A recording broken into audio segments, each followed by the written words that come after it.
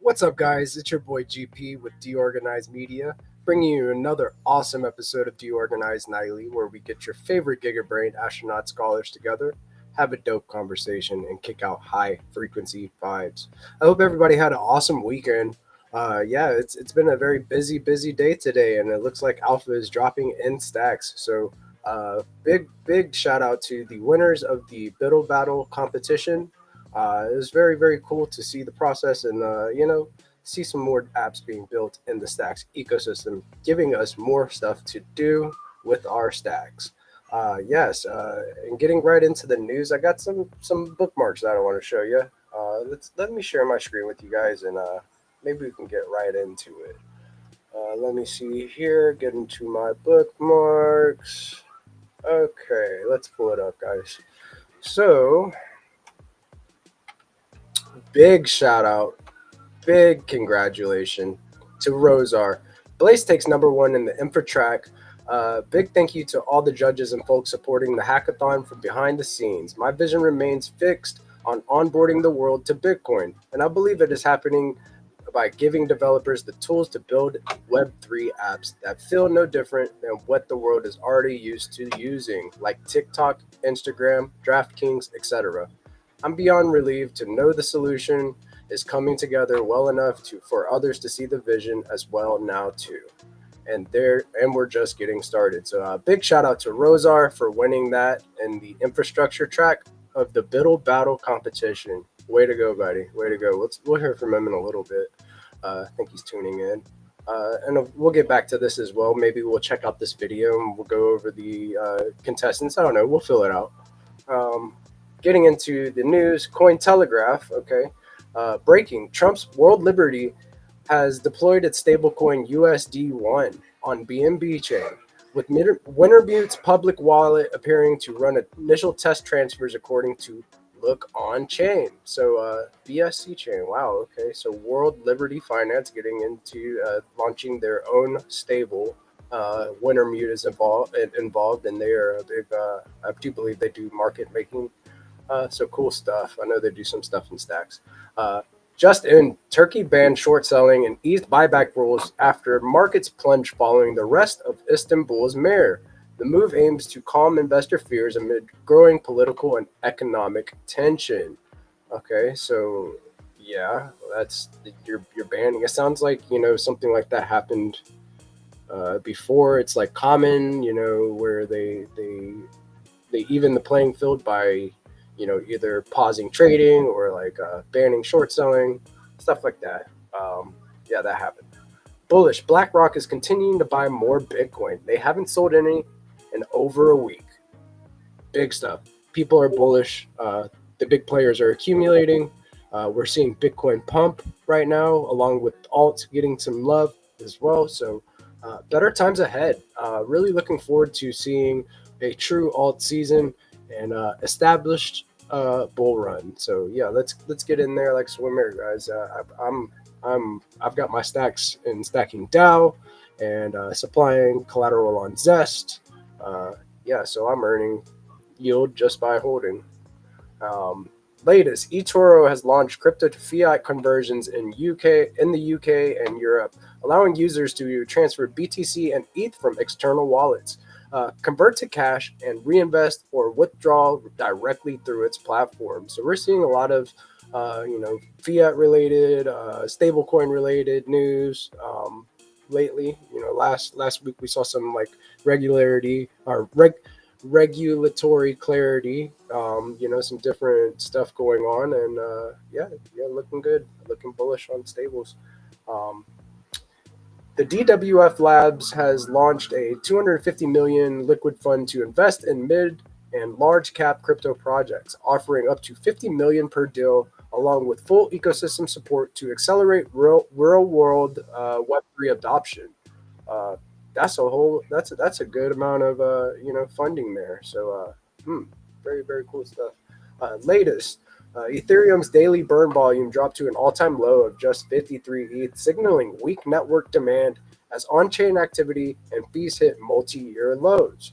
Despite this, long-term sentiment remains supported by declining exchange supply and growing institutional adoption, like Fidelity's tokenized fund launch. Um, yeah, you know what?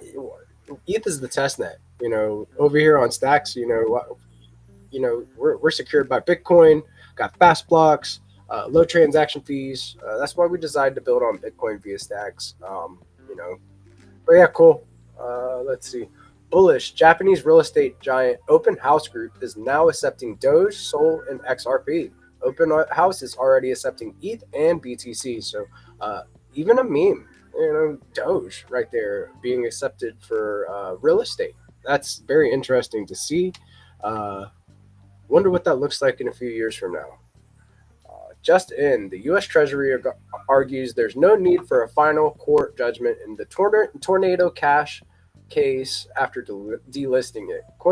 Coinbase's legal chief says that without assurances, it won't be re-sanctioned. The case remained unresolved. Um, cool. So new, a well just withdrew 220 or 212 million worth of Bitcoin. Those are big bags, and Wells are getting their Bitcoin off of exchanges into their cold wallets and hodling on. Maybe that's a signal that everybody should be buying some Bitcoin and putting it in cold storage. Uh, New U.S. authorities have successfully recovered 7 million from an international cryptocurrency investment fraud scheme and are initiating the process to return the funds to the victims.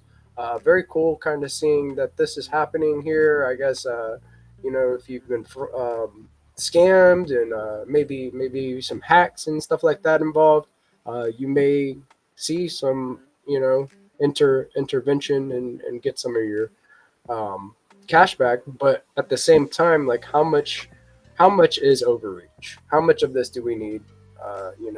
In this space, I think that the learning curve is steep for crypto, so people do have to learn the hard way. And it's unfortunate. We're trying to lower that barrier for entry into the crypto world and helping educate the masses with DeOrganized Media, to safely interact with blockchains and get you the alpha as fast as possible. So just be careful out there, guys. It is good that the authorities have successfully recovered 7 million fraudulent or scam money back and got it back to users. But I don't know. I like it decentralized. Um, New as of March 23, 2025, Bitcoin's market cap hit 1.7 trillion, making up making up 1.3% of global money supply and signaling its growing presence in global finance. However, integration into the traditional system is still in its early days, especially compared to gold's 20.2 trillion market cap. So you see this little like infographic here, and kind of like size ratios, and this is like Bitcoin right here compared to gold, which is like it's almost 10 times, or yeah, it's a little bit over 10 times bigger. You can see the US dollar, won, euro, Japanese yen, British pound, and others area here. And Bitcoin is even smaller than the others area. So very cool infographic there. Yeah, set your reminder. Be sure to follow Reese Swainpool on X, and be sure to set your reminders on DeOrganized.media for the Art on Stacks spaces this week. It's time for Art on Stacks. Me, GPSC, that's me, and 300 the artist, my twin, and are back with another hot space. Where we will be putting the spotlight on Cubit, the creator. Yeah, so it's really cool that Reese has been lining up these artists to kind of interview and talk to, so we can kind of see how they, what makes them tick. Get into the nitty and gritty and figure out who the artist is behind the art. So be sure to tune in tomorrow at 7 p.m. UTC. I do believe that is around 3 p.m. EST. So come kick it with us on Art on Stacks. Look at this good infographic. Look at these guys. And then we had another one from Anthony Pompliano. He was talking about Elon Musk's tiny office. Ray Dalio was right. Cash is trash. Billionaires are losing money. AI tutors are accelerating learning. Yeah, so maybe we'll even get into that. And then the Leather Lounge is tomorrow as well. So tune in around 11 a.m. ET for that.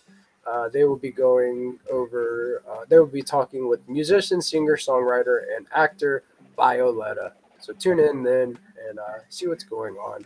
And another one is U.S. government set to prosecute a fraud uncovered by Elon Musk Doge. Good. Yeah, and then maybe we'll pull this up in a little bit. Stacking Dow did a really good recap of what's going on in the Stacks ecosystem over the last couple weeks, but we can get back to that. I want to bring the guys up and just get into the conversation. So yeah, let's get into it, guys. Let me bring up the guys real quick. So we have the Doc in the house. We have Pizza Music. We have Jack Bin Switch. We have Pizza Dude. We have Ace. What's up, fellas? How are we feeling today, guys? Happy Monday. How y'all? Hey.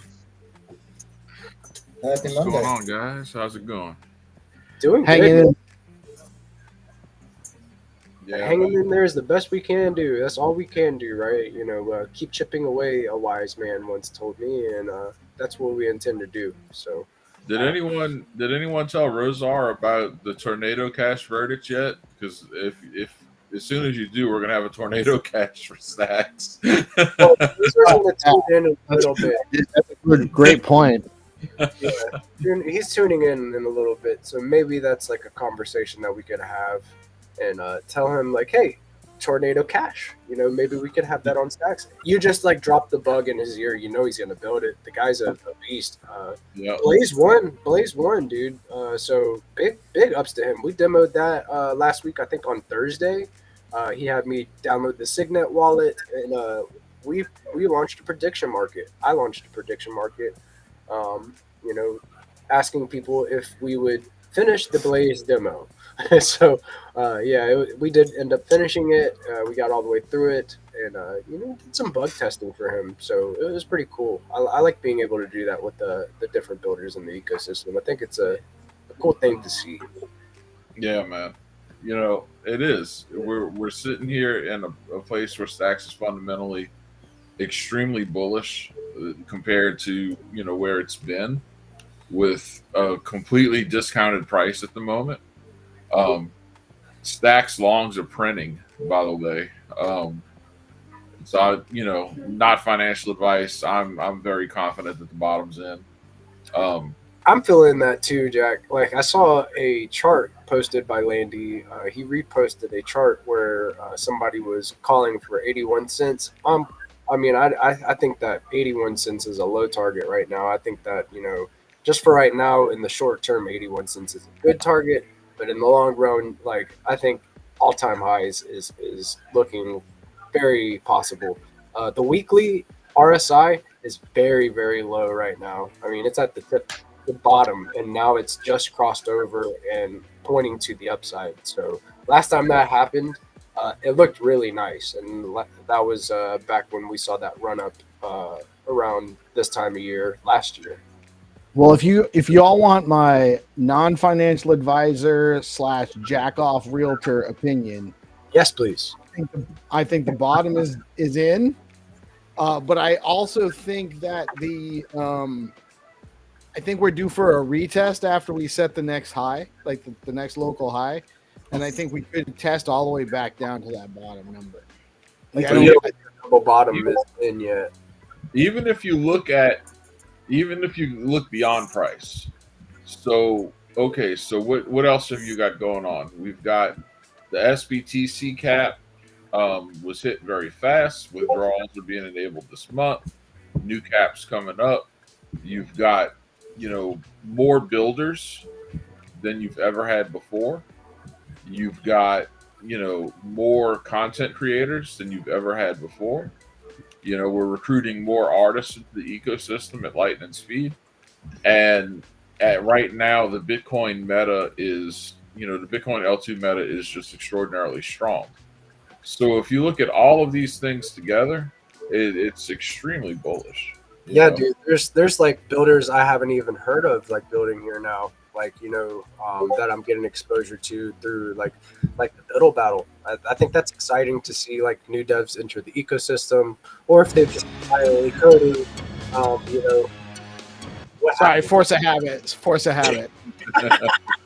But yeah, like I think it's cool to see new devs enter the ecosystem, but I also want to see I'm rooting for the guys that have been here through the bear building, and of course like it's been really, really fun to see the Buidl battle like play out, and it's going to give me exposure to new projects, so check them out. Maybe we'll go over the Buidl battle winners in a little bit. I don't know, I'll play that by ear. What do you guys think like of the Buidl battle winners? Like I was really excited to see that Rosar won with Blaze. I mean, it really is good technology. I think what Rosar is building out is really like next level. I'm super happy to see him win. I was really glad to see Ronoel get that wild card with his Bolt project, because I think that's really interesting too. I'm surprised that Skullcoin wasn't one of the finalists, but I mean, it is what it is, and there was a lot of projects to go through, and it seems like the judges were a little overwhelmed with how delayed their results were. So you take those things with a grain of salt, but I think that there was a ton of really good activity going on throughout the project. I think it was overall a successful endeavor and spurred some extra growth, spurred some people pushing on some things to get things done maybe in a shorter time frame than they otherwise would have. So, and it put a lot of people together. So I think it was a successful project. I'm still curious to see what'll happen between now and Thursday. Yeah, I think that I agree with all that you said, and I definitely was surprised myself that Zenny wasn't in there as well. So like with Skull Point, I think that there I would what I would like to see from the Biddle battle is just a little bit more like transparency. Like they showed the voting process like in the background, but like I would like to see it more out in the open, maybe on X, as well as maybe even getting the community involved to let you know like what they're more excited, like most excited about seeing built here. So um, it is the first Biddle battle, right? So maybe we'll see things change. Of course, I'm rooting for the home team and getting in One there of like the, man. one of the winners was a project called Bit Forward, and it was put in by I don't know all the details of the project. It was put in by a contestant named Ishan Singh, and I actually met him. He's one of the builders that I met at the Easy A hackathon up in at Harvard back in Oh, the fall. And and I actually also have like at least 2 or 3 of the builders already like scheduled or on track to kind of come on our show and talk about their projects and stuff like that. So it's a great for our ecosystem just to get more people forward, more projects out there. I think that there's some really great stuff going on there. But yeah, I agree. There was not enough, like even like not knowing when we were going to hear like when it was we're going to get answers as to who won, and then it was supposed to be 12:30, and then it was 3:30, and then that was just the wild card winner. It kind of came out like maybe there was a little undue anxiety for some of the people that were waiting for answers to have to yeah, like get to a time frame where a time when they thought they were going to get an answer and then didn't, and then waited again and didn't, and then waited again and didn't. That can be a little bit hard to deal with. So that kind of thing, I think, is an area of improvement. But overall, I think it was a great project. I really right. do. That's where the community comes in and like kind of helps you expedite the process a little bit. Like, hey, like you can get some points for like some way of secure voting on like a block survey of some sort, and then you're really getting the real deal users that are here in stacks telling you what they want. So that's one of the Even things. Like, yeah, adding a community choice award, yeah, something like we something did along with those. the proof of work retroactive funding project. There you go.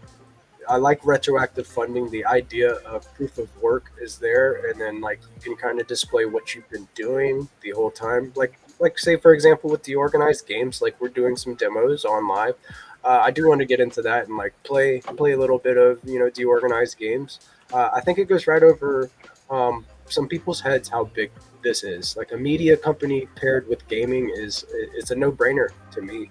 I think that we shine the light on the builders the most and get them and kind of connect with them in an authentic way. And then that gets this show a side of these builders and gets them to connect with their communities. So that's why I really do feel like what we're doing here is very important. So like, and then the gaming aspect of it, like having turn-based gaming implemented on chain to where like you can get like NFTs and stuff like that. But getting even further into the protocol, like you have ticketed events where you could see major artists, just thinking the long term, like major artists using stacks because it is secured by Bitcoin to sell tickets to their events. So it's all there, I feel like, and yeah, I'm hyper bullish on what we're doing, man. Well, it's ripples in a pond. So, like, if you look at the timing of everything, like we've been discussing, and then people see opportunity. If you take builders that have been building in the space for a long time, bootstrapping or with minimal funding, and you're making a lot of noise with things like this, you draw more opportunity and more eyes. I And agree. now these builders have even more exposure and more opportunity to build. And then to your point about deorganized, the reason why it's so good to have this potential this particular media outlet for crypto is because it's not captured. It's not, it's just people, and it's not gate kept. And you have an opportunity to help shape narratives, to help find the truth and express it. And these things get their own momentum over time. It's also a great thing for newer people in the space to get not just this captured article here, or this captured podcast here, where they're just pointing you in a direction so you'll go buy something, where people can actually learn, and people can actually get the foundation necessary to help them be more successful in space and become the leaders and the builders and empowered users of the future, right? So there's a lot of, it's always hard to time a market.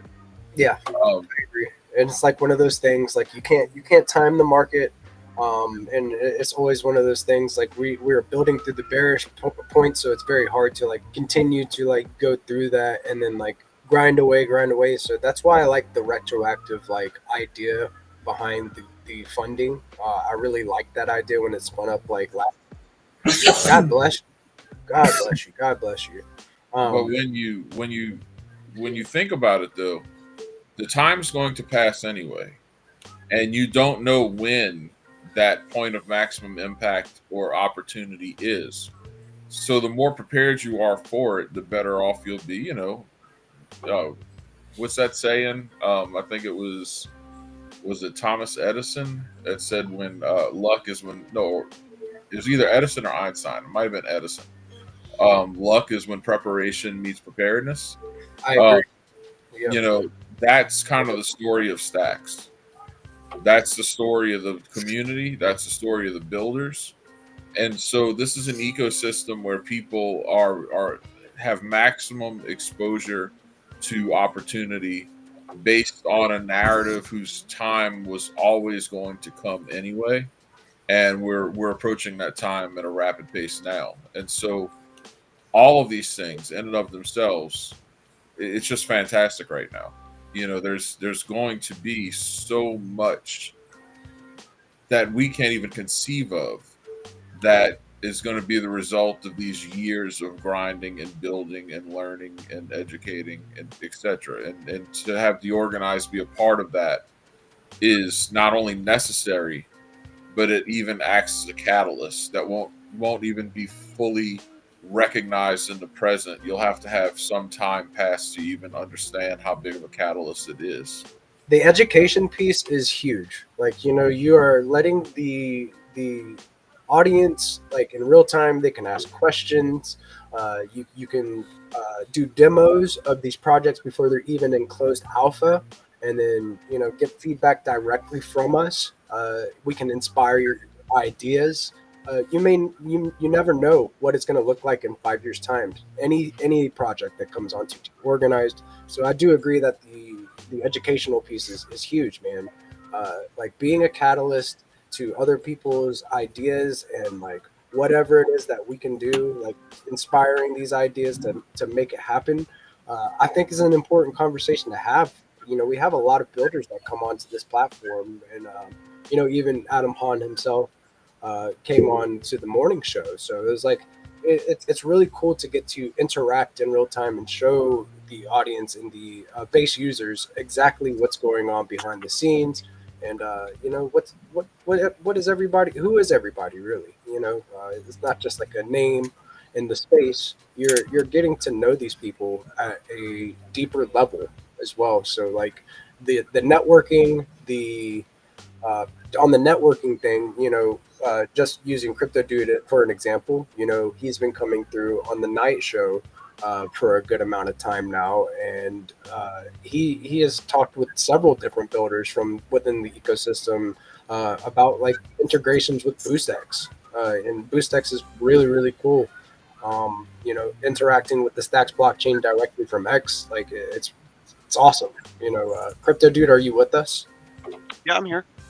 Just letting everybody chime in. I don't want to step on toes while they're talking. It's hard to sync the convo sometimes with when we got the full Brady bunch, or I guess almost the full Brady bunch here. But I love coming in here, trying to wear out my welcome.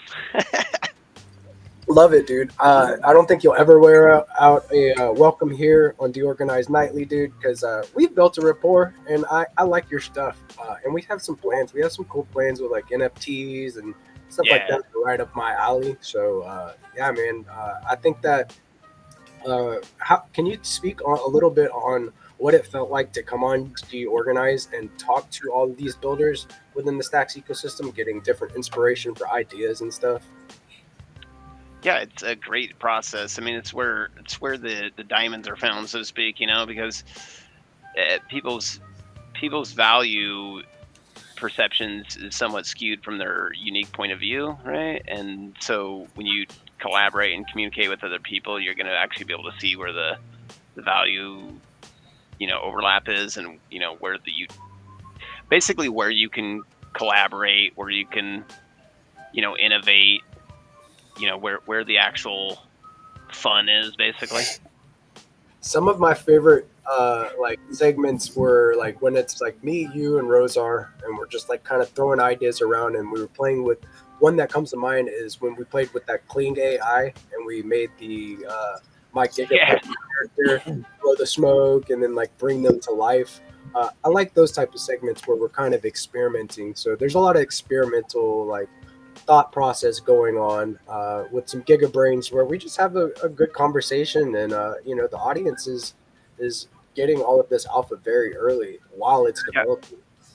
Feedback is so imperative to being able to stay in the right direction towards what the users are wanting, because as a developer and a builder, obviously you have some inclinations on what you want to build, but it definitely changes from... Somebody's got a puppers. That's not mine. I was gonna say, is that your piece? No, it's not the baby. He got a deep bark after a baby. Told you he's gonna be big. Yeah, dude. Already. So I was telling you guys, one of my kids was born with 12 pounds when he was born. Wow. Big ass kid. That's a big kid. Big. Yeah. Double digits out the gate. You look like I always think like 8-9 pounds is like a big baby, and then like you hit it with 12. Almost 12 pounds. 11, 10 or something. 11, 14, something like that. Yeah, huge. And he's them good Irish genes, man. He got all of my he's blonde hair, blue eyes, 6'1" ish. I'm not quite 5'8". So he got all of my my Aryan genes, I guess, so to speak. It's perfect baby.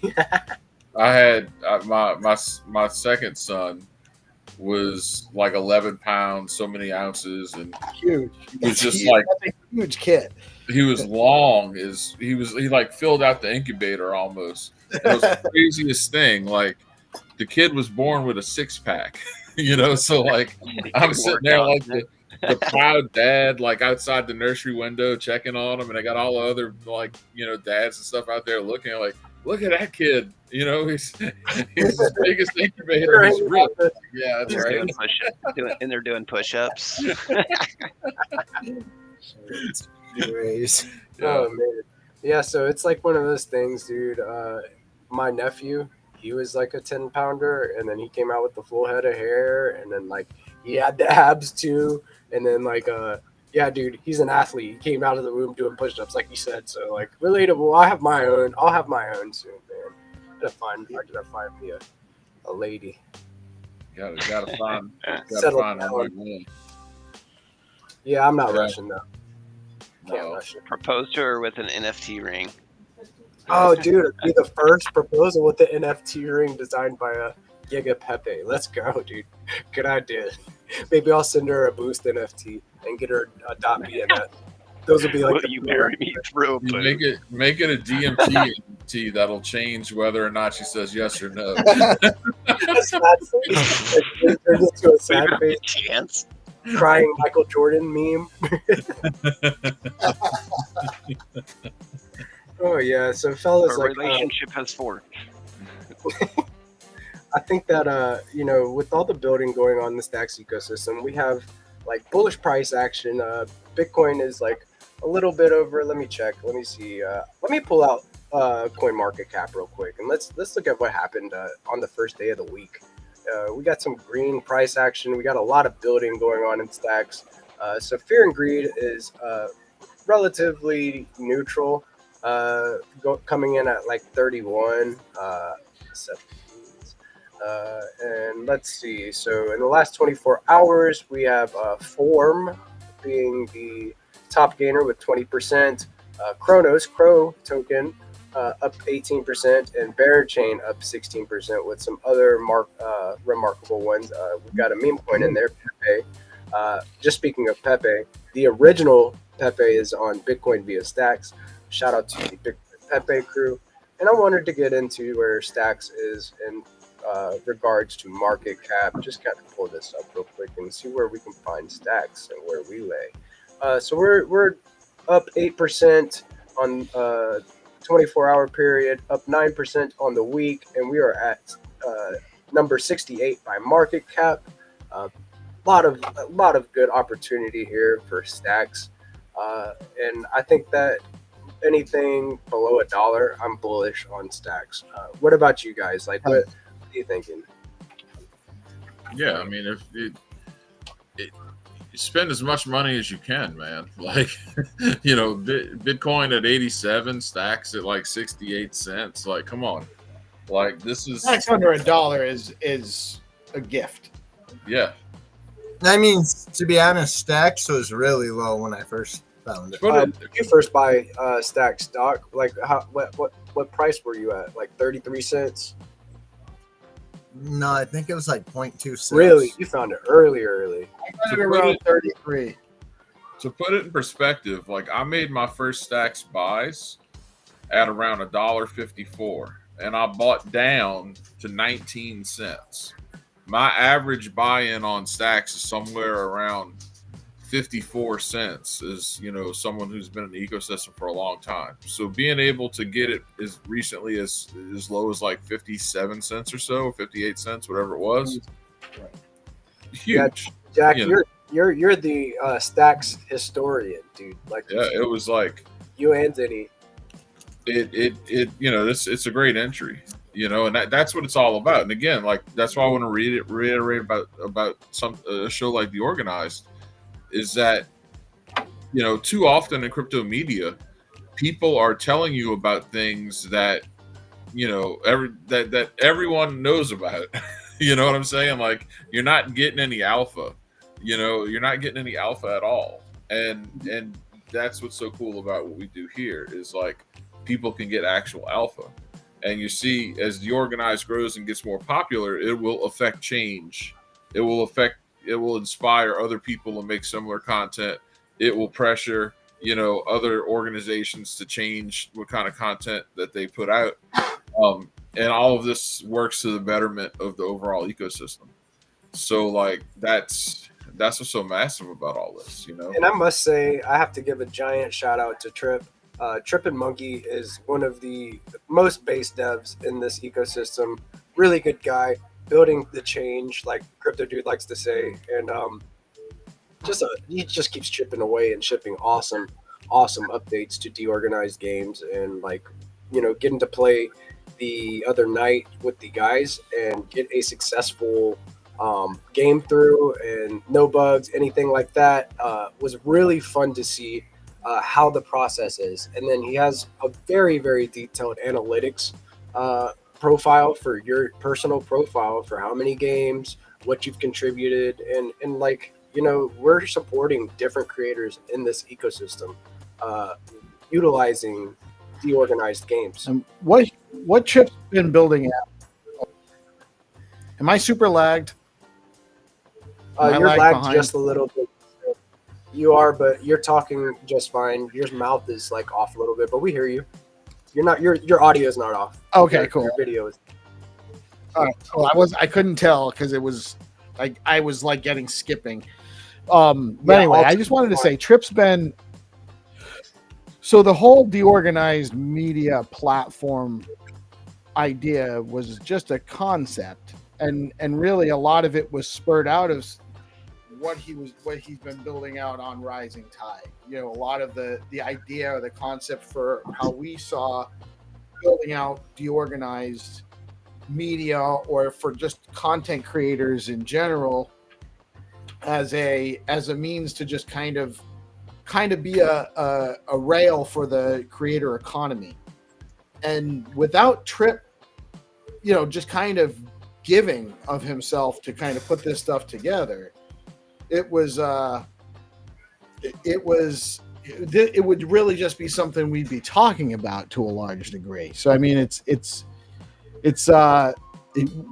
what we have here is the start of a lot more functionality that's downline for what we're looking to build out here, as far as just a way for people to engage and create, and then earn off of the value that they create. And what they're creating is experiences for other users to have value when they engage in the network. So that's only possible by guys like Trip putting together the concepts and figuring out the way to build it. And, you know, speaking of guys like Trip, Rosar, welcome. You know, another guy that's kind of doing the same thing. Crypto Dude also, you know, just kind of like constantly building, constantly iterating, and also talking to each other and, you know, giving each other ideas. And, hey, I did it this way. Hey, I did it that way. And we just are the beneficiaries of a lot of people that are able to put in work like that on the dev side. So we're very fortunate in our community, especially within DeOrganized, to have these guys, you know, hanging with us and building along with us. Yeah, I agree, man. Welcome, Rosar, and congrats on your win, bro. Greatly deserved. You've been killing it with Blaze. The other night, like I think it was last Thursday, we did a live demo where like I downloaded Signet wallet, you know, which interacts with Blaze, and you know, all of the hard work that you put into building in this ecosystem has come to fruition in a fashion. How are you feeling, bro? Like, congrats. Thanks.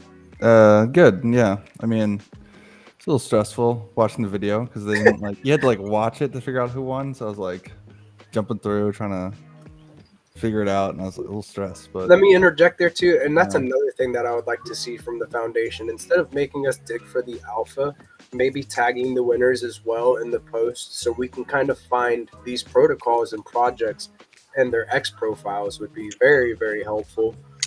You know, I think that the video was well put together. It was, but having Rosar, it was stressful. And that's kind of what I picked up from a lot of people waiting to hear the answers, because it was supposed to be 12:30, and then we already talked about this, but you know, it was supposed to be 12:30, then it was 3:30, then it was an hour after 3:30 when they announced what they announced at 3:30, and then it was a 20-minute long video when they finally launched it at 4:30, when it wasn't even really 4:30, was it? Like, it was like 5:15 when they finally actually dropped it or something. Or even like some honorable mentions, you know, like honorable mentions go a long way as well, because like this is a big media piece, like, you know, so even if you didn't win, you can help those that you really recognized in that fashion. Like if their project stood out but didn't win, you can still tag it and be like, well, this still could be.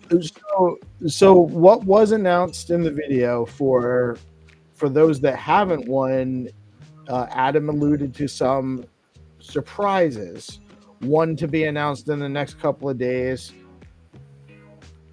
more or less, and then one to be announced on Thursday at a specific time that may be reliable or not. You know, but there is more to come. So So we'll see, right? But again, there's a lot of confusion and lack of clarity from on the part of all the people that didn't win. There's this vague thing that they have to look out for, but a lot of people are going to forget within 2 days that they were even part of it because they didn't win. So I don't know. It just doesn't seem like it's. I think that there's ways that they can improve on what they've done, but yeah, it definitely caused some anxiety the way they announced the winners. I will say that.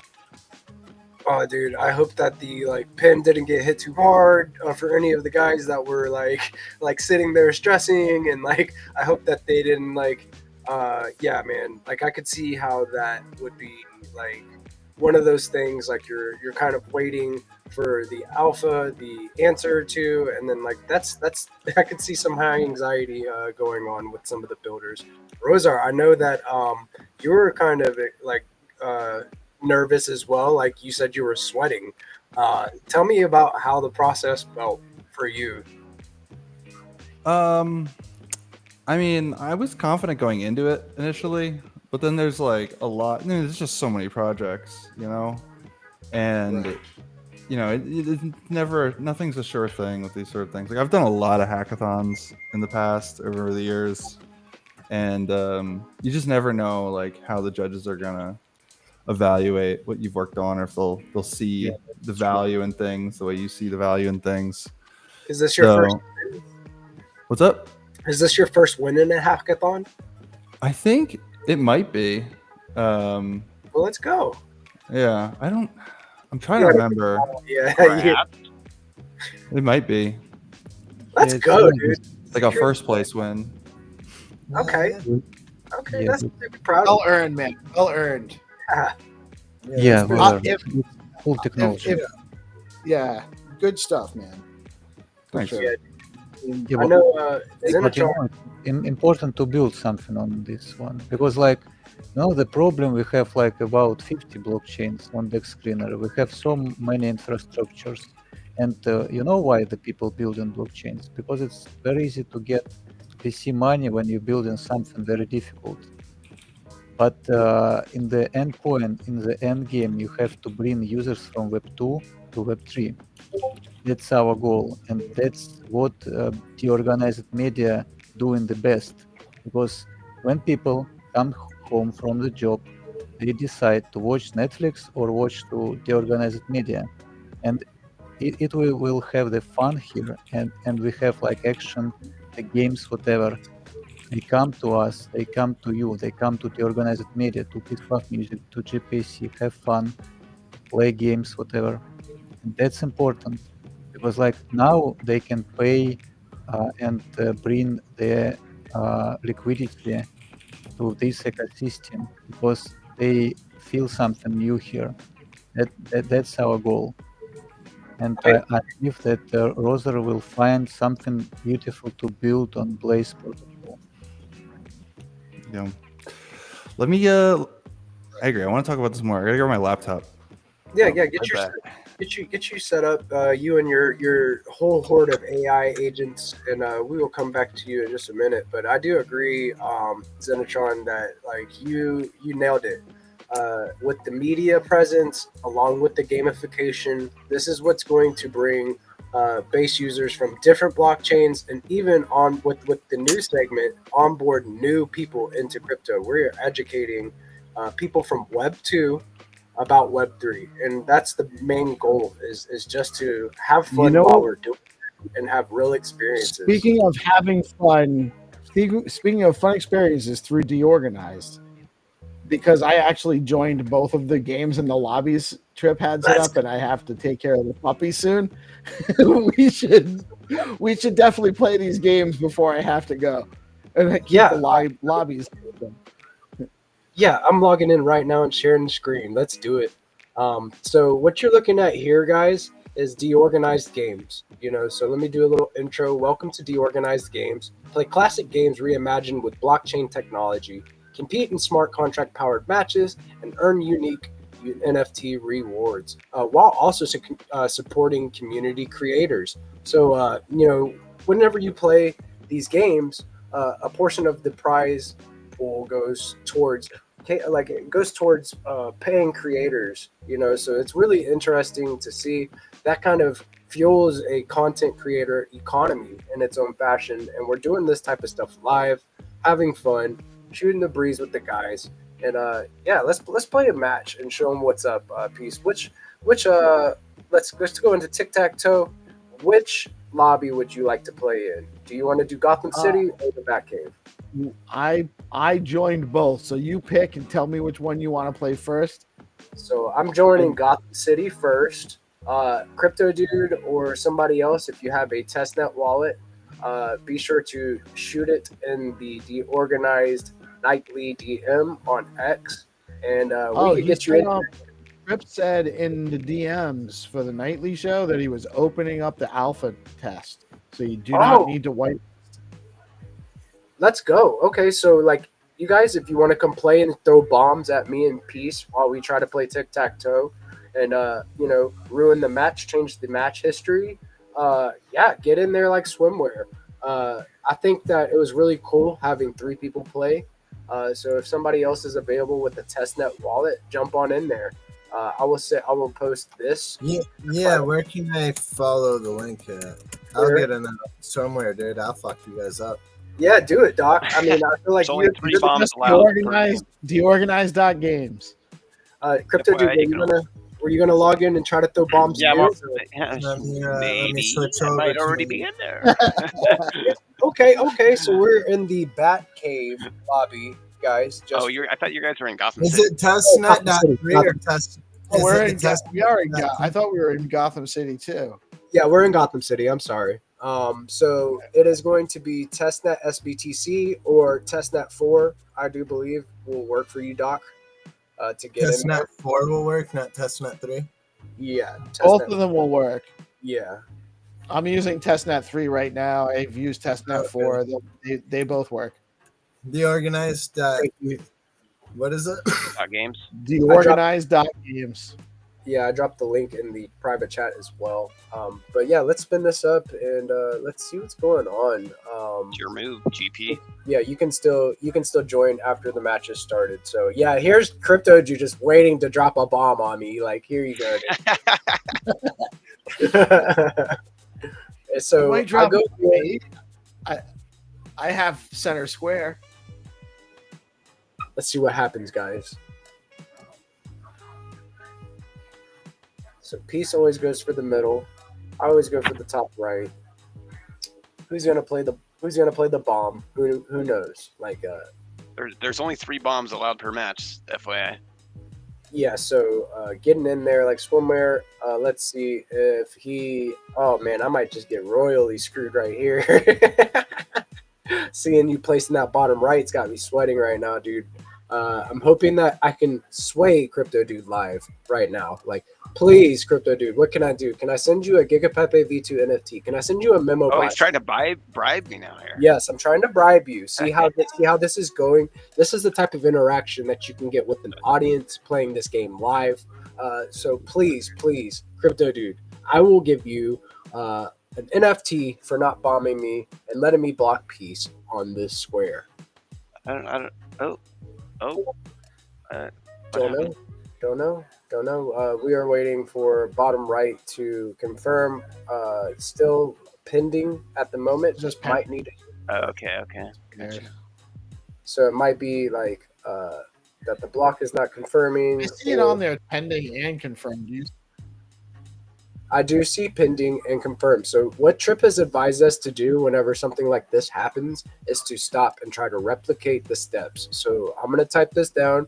You went middle, I went top, all that stuff. Because this is closed out for right now. So I also tried to send a bomb in the middle, by the way, if that helps. Sweet, that does. You tried to send the bomb? He did. Yeah, he did. Thank you. Do you know if you sent it before GP's move or after?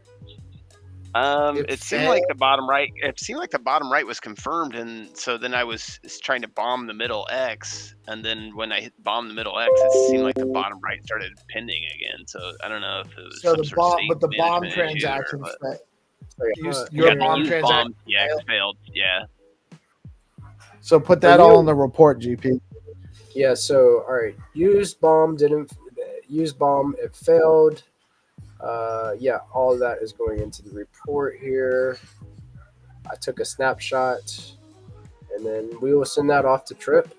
Big shout out to Trip building live with us, troubleshooting, letting us vet this thing out, man. Did we want to try So we the have next? Yeah, if Are somebody you- wants to join me in the other lobby, we can play. Okay, so Crypto Dude, did you want to play against Peace? You guys can play. I'll drop bombs. Okay, you're gonna be the You're gonna bomb drop- guy today. Bombs So- on peace. It's terrible. All right, so I am going to Where's join. Is Doc in? Doc, are you there? He might just be getting his testnet wallet together while we're doing that. So, all right, I'm going to join into the Bat Cave now. I'm going to let you initiate the match. I'm in there. You guys, it looks like Doc's asking for someone to bring him back in. Okay. Thanks, Ace. I appreciate that, okay. brother. I'm glad that you're here tonight, man. Yeah, thank you, Ace. You're Yeah, actually. I posted that like as soon as you guys gave me the URL, I got dropped out because I typed it into the restream. Yeah, URL box, and then it kicked me, and I'm like, oh fuck, I should have like opened up a different tab, and yeah, so that's cool. All right, so did you get your testnet wallet together? Yeah. Yeah, I'm struggling at the moment. I'm trying to connect wallet. So I'm doing it off my testnet 4 wallet because for whatever reason Xverse won't let me switch to my testnet 3 wallet, and I can't connect wallet for. So what you so you can't connect the wallet to start. Usually you're able to connect the wallet, and then you'll have to like refresh your screen as soon as you get it connected, and then click home, and it'll take you to the different games that are being played. Is that my turn? I'm sorry. Here, That's I'm gonna okay. go top right. I understand you're otherwise preoccupied. Yes, I see it. All right. Well, I guess that makes sense. So are you in there like swimwear, or like you still kind of playing with it? Because we got Crypto Dude to drop bombs right now if it's not working, and we can definitely do this again for sure. I know that you're gonna have some more time with us in the next few weeks, so I'd like to kick it with you as often as I can. So if it doesn't work today, don't sweat it, and then we'll try to kind of. Got a bomb. Somebody bombed me. Yeah, bomb the middle. Oh man, it sounds like I bought Crypto Dude over. Like he's really liking the style of me trying to bribe him to win live. I can bribe him with feed pics. I can bribe him with just show the nip. I don't know. I'm gonna say whatever he's giving you, I'll give you double. But nah. Oh man. So this is what we're doing. We're testing live. We're having fun. We're bribing our audience for bombs to go to the opposite player and interacting with people, like with an audience directly in this lobby. So it is fun, interactive, and I think that this is good. I got bombed again. Come on. Dude. What are you doing, GP? I just fucking set you up. He's just toying. I won regardless now because like he has. No, he can't you think cover you did. every spot. Corner. Wait, no, you have. Yeah, I set you up and you screwed yourself. So now all he's got to do is play that middle square. No. Yeah. Here, I'll go in with You the on, block. man? I screwed myself anyway. Look, Nah. because I'm still gonna win, and you have. He can still do it. I got no more bombs left, so. I know. That's all right. So when Doc gets in here, guess what?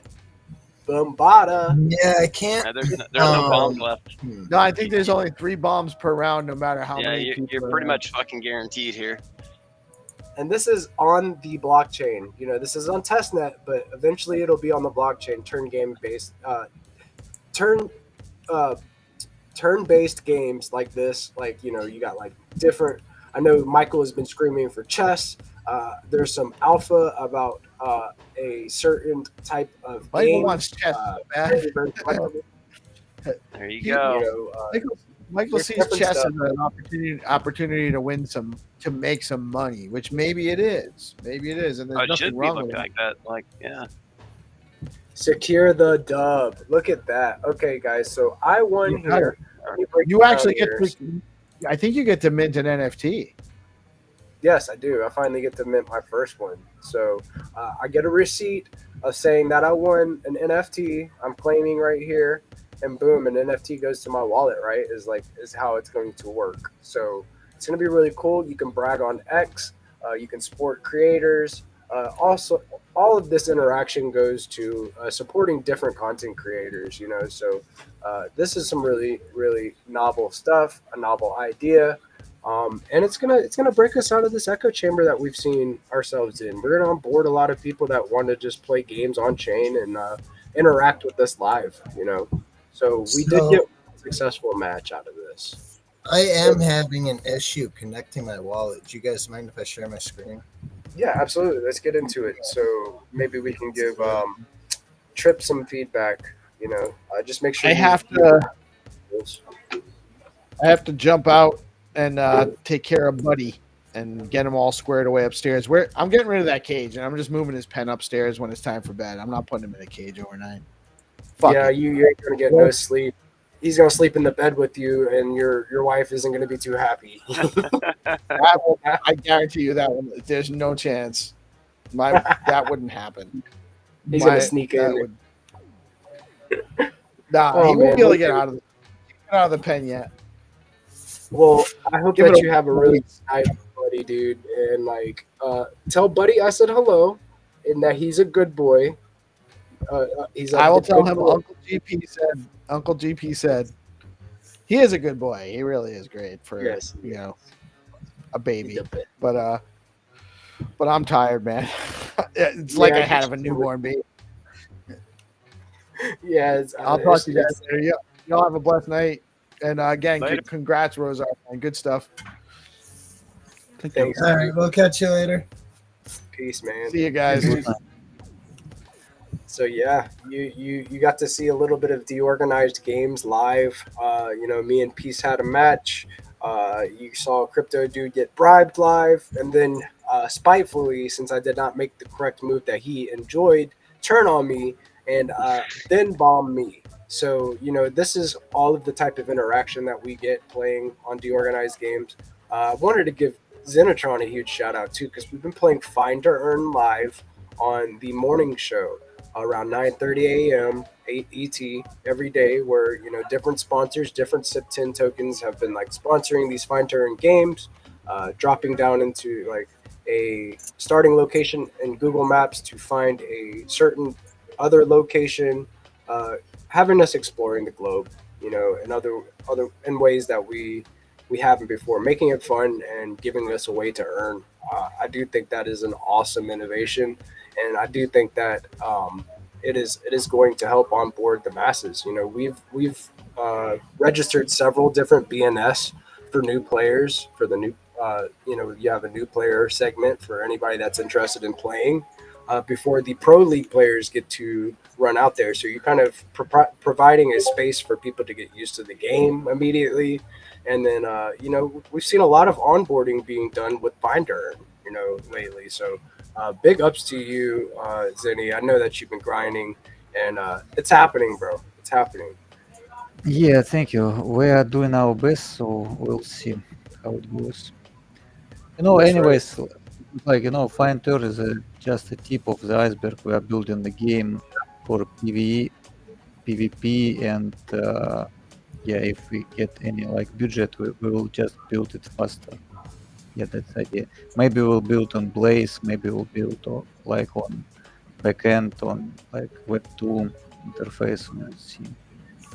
I like the RPG elements that you are talking about and teasing on the timeline, where if you find the clue at the same time, or if the first two to find the clue get into a battle of some sort, I think all of that is really cool. So we're on, like you said, only the tip of the iceberg. Seeing what can be done with this new format. You know, Find to Earn is a novel invention, and it is damn cool, man. I must say. So yeah, like Crypto Dude with BoostX. You guys go follow Crypto Dude on X along with BoostX_app. Follow Skullcoin. Um, follow Skullcoin BTC and Zenitron. Follow DeOrganized BTC. We're all building the change, man. And along with Lord Rosar, and yeah, dude, it's really cool. I think that we're at a pivotal time in Bitcoin's history where we're going to see the content creator economy, the gig economy, all of these things these tools that we've had and known about explode. Um, we're creating a more programmable Bitcoin over here and giving people things to do. That's what we need. That's what Bitcoin needs. Absolutely. So Rosar, did you get your laptop running, dude? Are you still with us, brother? Yeah. Yeah, I wrote some code on it the last few days, so I need to make sure it's synced up to my desktop, all the Git stuff. You still need a few more minutes to get set up. Yeah, just like 2. Just Okay. organizing this. What do you have in mind? I know that it's hard to like do your task while I'm talking to you as well, dude. Like I don't know how you do it, but like, what do you have in mind to show the audience tonight? I was just gonna make some sort of like some basic game or thing we could do that uses the Blaze SDK. So it's like just to show like how you can insert like a middleware to do off-chain stuff and how everything falls back to on-chain. You know, just demo it. Have you ever heard of Satoria? I'm not sure I have. What is it? So it's like an MMORPG on Bitcoin, where like it has an ordinals collection. You can buy different items and stuff like that have different stats within the game, and all of that stuff. And you're just kind of going around like XP farming. You ever seen the Zbit rune? You might have it in your wallet. I think they did an airdrop. Oh yeah, I have heard of that. Yeah, so that's their currency in their game.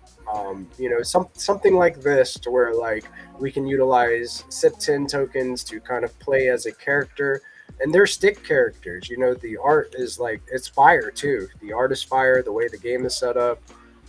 Maybe we can show off a little bit of Satoria and show you what I'm talking about real quick while you're getting set up.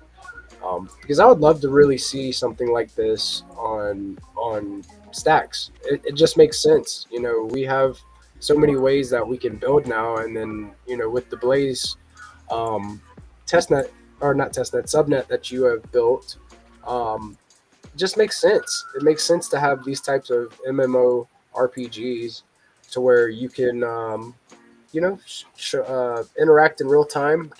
Nobody wants to stop and sign a transaction every single time you interact.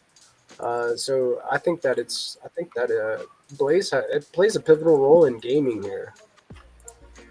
So you have an idea for a game. What type of game are you thinking? Like turn based? What are we demoing? I don't know. That's kind of what I was thinking on.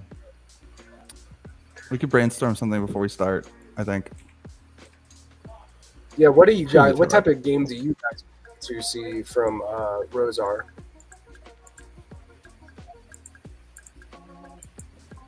Crypto dude, something that is simple yet effective at demonstrating the technology is fine by me.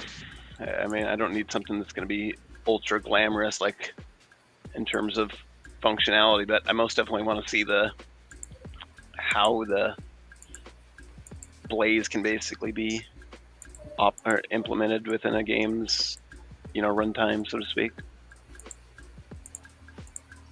Yeah, I'm gonna pull up this Satoria world here website, and this is kind of like what I was talking about, right? So you got Satoria here, and they've got like a little demo of what it's like to play the game.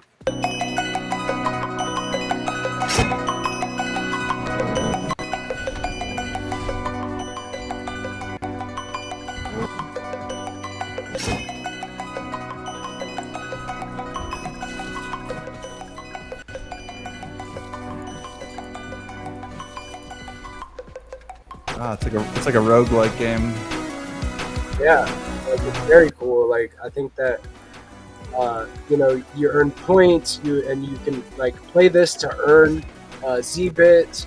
Like you know, people farm this game and then collect rare items. It has its own item economy. You know, kind of like the Fortnite skins. They have different skins, different weapons, different things that give you stats. And look at this, different characters, and I think that it's pretty cool to see something like this. I would love to see something like this built out on stacks. You know, because uh, I do believe that it would really shine over here. Um, you know, you could do so much programmability going on, and we have that WASM upgrade coming. I know that the core devs haven't really spoke about it too much. Do you guys know about like could you break it down what the WASM upgrade means to stacks?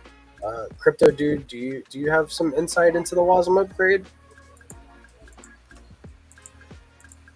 I think you're muted, brother. Oh, sorry.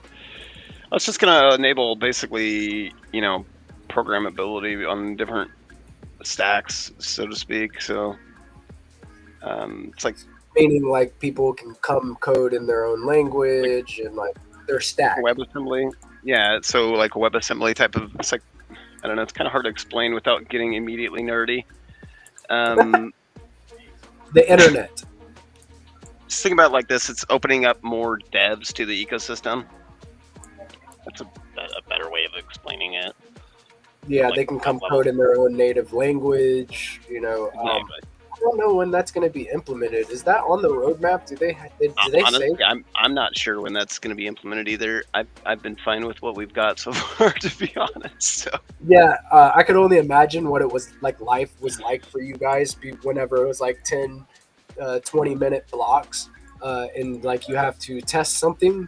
I know you're like beating your head against the wall. I don't see it like being any other way while you're testing. And you know, Zenitron built Find to Earn while we had slow blocks, so like it's a testament to the type of building him and his team are doing.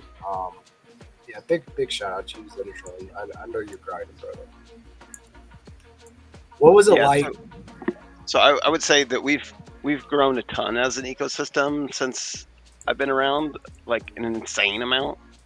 Because I've been here since like one name days, before we even had block stack, let alone stacks. So like we were originally, you know, very very basic. So you know the ecosystem has grown immensely. Yeah, So- but I believe like it's it's a crypto grow. It's not just ecosystem of block stacks. It's just a crypto. It's phenomenon like the whole ecosystem of different cryptocurrencies. It's not like about Totally. our ecosystem. Yeah, there's been a lot more wider adoption in terms of crypto in general, which is good to see because you know we want this type of technology baked in because you know it gives more authority to the end user over their finances. You know. Talking about like games and building, you building the game or for fun or for value, and you have to choose like because when people playing games in the organized media, they just playing for fun, and it's all about like social engagement, and it's very cool aspect.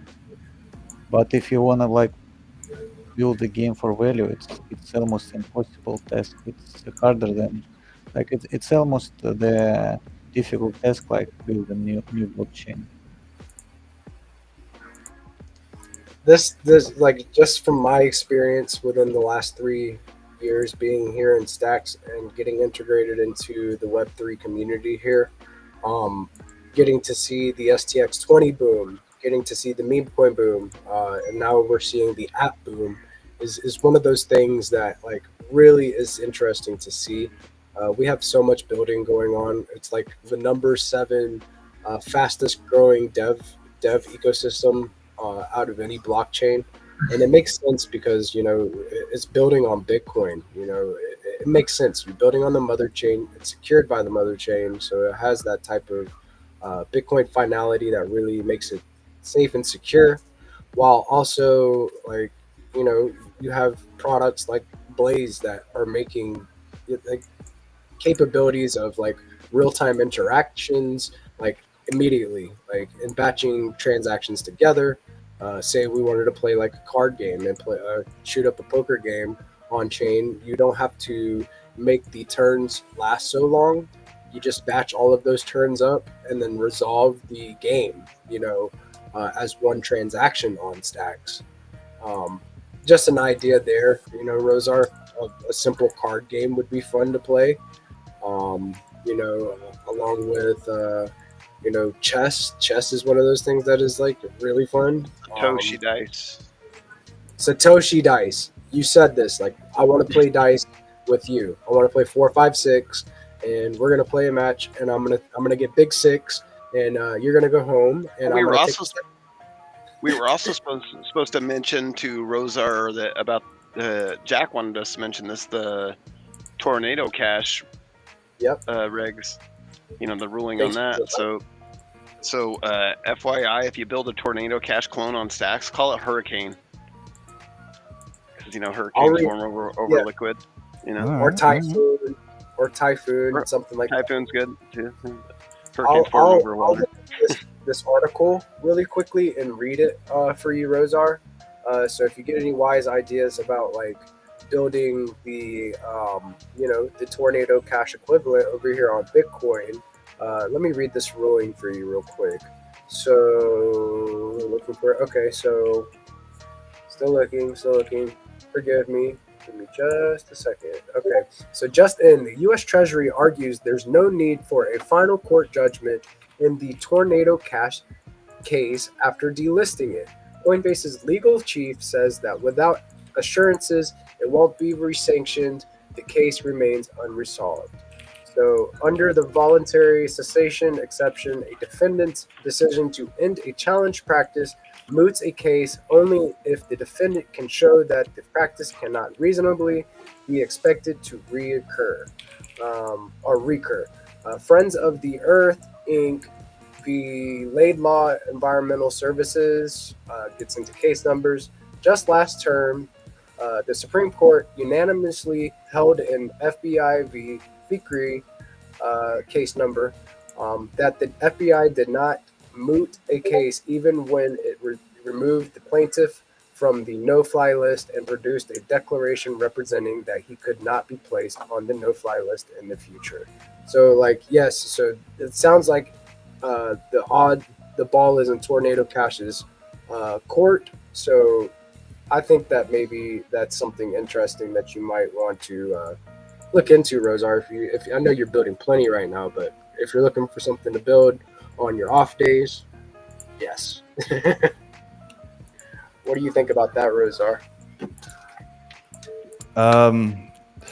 Yeah, I don't want to commit to too much stuff right now, but yeah, okay. But I love that you see the opportunity there.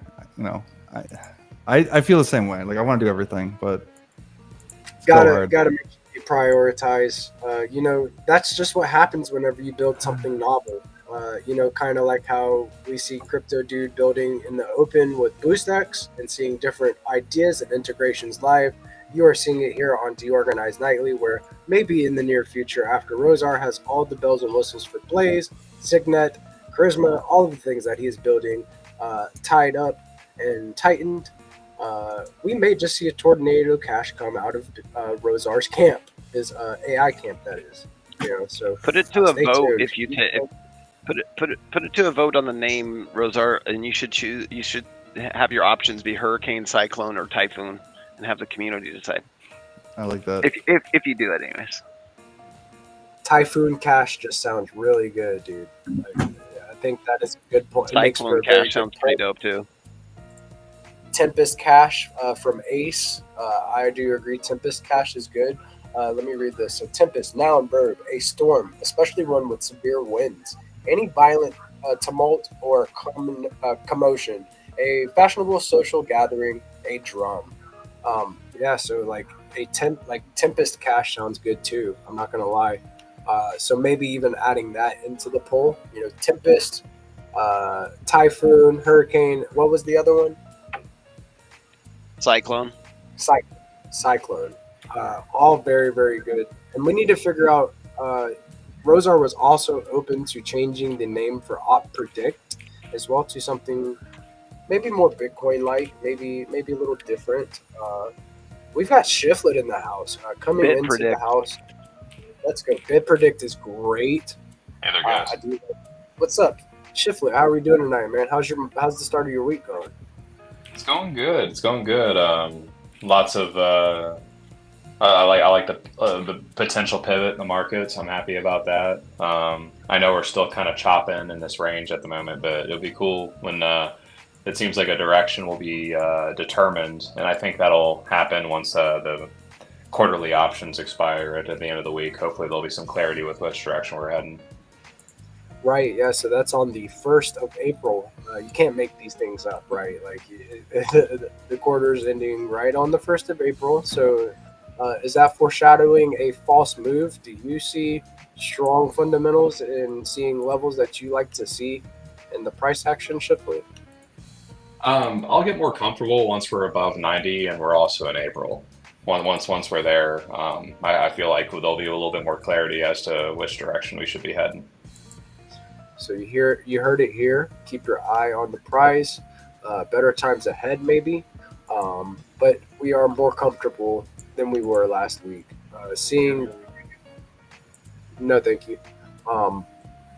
Yeah, so we're seeing like markets rebound. A lot of the times when Bitcoin moved back up to the upside, alts didn't do a thing. They stayed flat and sideways. So seeing the alts move is something of a good taste. Like it's leaving a good taste in my mouth. I like it. It's just like if we've been struggling sideways for a while now, alts have just been bleeding for the last year, it seems. So to see maybe some better price action in the near future is something I'm looking forward to. Did you find any like interesting news? I know that you've been finding like really good takes from Anthony Pompliano and stuff and sending them to me. Like any interesting takes that you saw today on CryptoX? Nothing really specific. I do notice Stacks is getting a little bit more penetration with the larger shell accounts. I saw Scott Melker, Wolf of All Streets, talked about Stacks going to 81 cents. He has 1 million followers, so it'd be cool if that gets some traction. Just steadily grinding. Looking forward to the next milestones within the Stacks ecosystem. It's not like the building's ever stopped, so eventually the liquidity will come. I agree. Like, Jack said, that's the signal is like, you still have your core community, you still have your core builders, you have your indie builders that are like building things for us to do more than ever right now. So it's really cool the place that we are in. It feels like it does feel like a historic moment of Bitcoin's history. That Latin capital is going to flow. The Bitcoins must flow. That's one of the things that we've heard from Munib is the Bitcoins must flow, and it makes sense with SBTC being a one-to-one wrapped Bitcoin asset. It's decentralized, no federated systems. It's good to go in my book, man. So like all of the infrastructure is there for a massive mass adoption for Stacks. And the withdrawals will help too because it'll give people more confidence to deposit their Bitcoin as well as withdraw it once there's an on-ramp and an exit ramp. That's just going to build consumer confidence with utilizing the Stacks chain to bring their Bitcoin into DeFi and stake it and swap it and do things without dealing with a 10-minute traditional Bitcoin transaction time. They're able to move their Bitcoin utilizing fast blocks. What date withdrawals open? 31st. Yeah, I concur. 31st. So 31st is withdrawals are open. I do agree on your take with the withdrawals being open. People might just be more confident to come over here and test it out. It is huge. So Yes, that is something I'm looking forward to. And then I also saw that the Beller guys were teasing perp decks.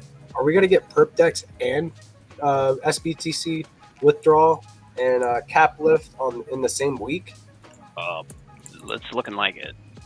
So that's major. Along with the Buidl battle coming to the end, and then all of that stuff happening all in the last week of March, just before April. It seems like the bullish catalysts are here.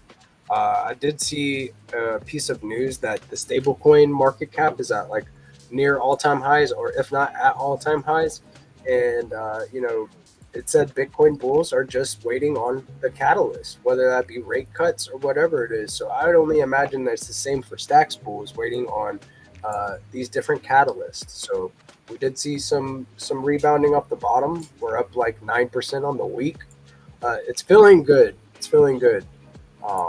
After that, what is it? The triple witching that Landy was talking about. Has that already occurred? With the options expiry, do you know? Oh, Shiflett? that's at the end of the week. So this Friday, I believe, is the quarterly options expiry. And I believe he mentioned last week, as long as we're above 84, then that marks bullish. But me personally, I'm hoping that we're like in the 90s when we hit April, so that way it's more confidence with where we're going. Something else to keep in mind with Stacks. Stacks has the benefit of scarcity and a inflationary schedule that takes us out to like the year 2050 is when all 1.8 billion will be out in circulation. So as Stacks becomes more desirable in the market, there's going to be more dollars chasing fewer stacks, just like similar to Bitcoin. So enjoy these prices while you can, because we may be like, man, I'm glad I bought stacks at 60 cents, back in 2022, someone would say, man, I'm glad I bought stacks back at 20 cents. But, it's always the new, man, I'm glad I bought it at that level, as soon as we get the next leg up to take us higher. Yeah, I feel like it's going to be a very violent move. What I've seen before from Stacks, it was a beta. It is a beta play on Bitcoin, so it was very coupled with Bitcoin. Whenever Bitcoin was moving to the upside, Stacks was moving very violently to the upside, exponentially to Bitcoin's move. So I would like to see that type of action again. It was really fun. That's whenever we saw a lot of like NFT action going on. That's when Stacks Invaders was launched, and we got the first DMT mint, NFT mint on Stacks that are highly programmable. And another thing that he's going to be doing with Ian is like giving them AI agents. So NFTs with AI agents, only doable on a DMT NFT collection. So it's like really, really cool stuff. We saw that. We saw, meme coins performing very well. I'd like to see that everything decoupled from Bitcoin for a little bit. So do you think that when Bitcoin dominance starts to drop, do we see that violent move for Stacks? I'd say so, because hey, sweetheart. We're having all-time highs with stacks being locked up and earning BTC yield. So that's only going to increase the price elasticity, because if those tokens aren't circulating and they're just earning BTC, then that's fewer tokens in circulation that new dollars can chase. So that also has me bullish for even more violent move upwards once liquidity hits. So I got a little alert from Arkham just now. Arkham alert. Mt. Gox moving 1 billion BTC. 893 BTC were moved to Mt. Gox hot wallet, and then 10,608 Bitcoin were moved to a change wallet. So we have some movement. I did see some news earlier. I don't know if it was late last week, or if it was today or over the weekend, but I saw that a Bitcoin well that has been dormant for 8 years actually came back to life. Did you guys see that? I did see that news come through. So that's interesting to see what the intentions are. Maybe they had it on some old hardware and they want it on a new piece of hardware, and maybe they didn't want to move their seed phrase, so instead they're actually doing a transfer of the coins. It's hard, or planning on doing a transfer of the coins. We'll have to see, because I doubt they're moving the tokens in order to do a mass selling, unless they're going to maybe sell a coin or two just to pay themselves after holding for all this time. Yeah. What is 8 years? Like that puts us at 2016. What was Bitcoin's price in 2016? Let me pull up a chart and we can kind of just look at this real quick, and then see what his, like, if he's going to take profit here, what did he make out with, right? So let me pull up my chart, pull up TradingView real quick. Don't mind my chart setup; it is not like Landy's. I use like moving averages and stuff like that. But if you want to learn how Landy does it, you can come on to the Learn TA with Landy on DeOrganized on Tuesdays. You can find the show schedule for the week and on DeOrganized.media for other info on that. If you want to learn the fundamentals on support, resistance, how to take profit, all of that good stuff, be sure to tune in and follow Crypto Landy on X. But yeah, so if we're looking back, I'm on the 3-minute chart like a DJ, and don't mind me. So we pull up weeks and then we go back to 2016, right? So sometime in 2016, geez, this is like way back here. This is like all the way back here in this like first initial 6 years of Bitcoin in its infancy, that this whale accumulated his Bitcoin.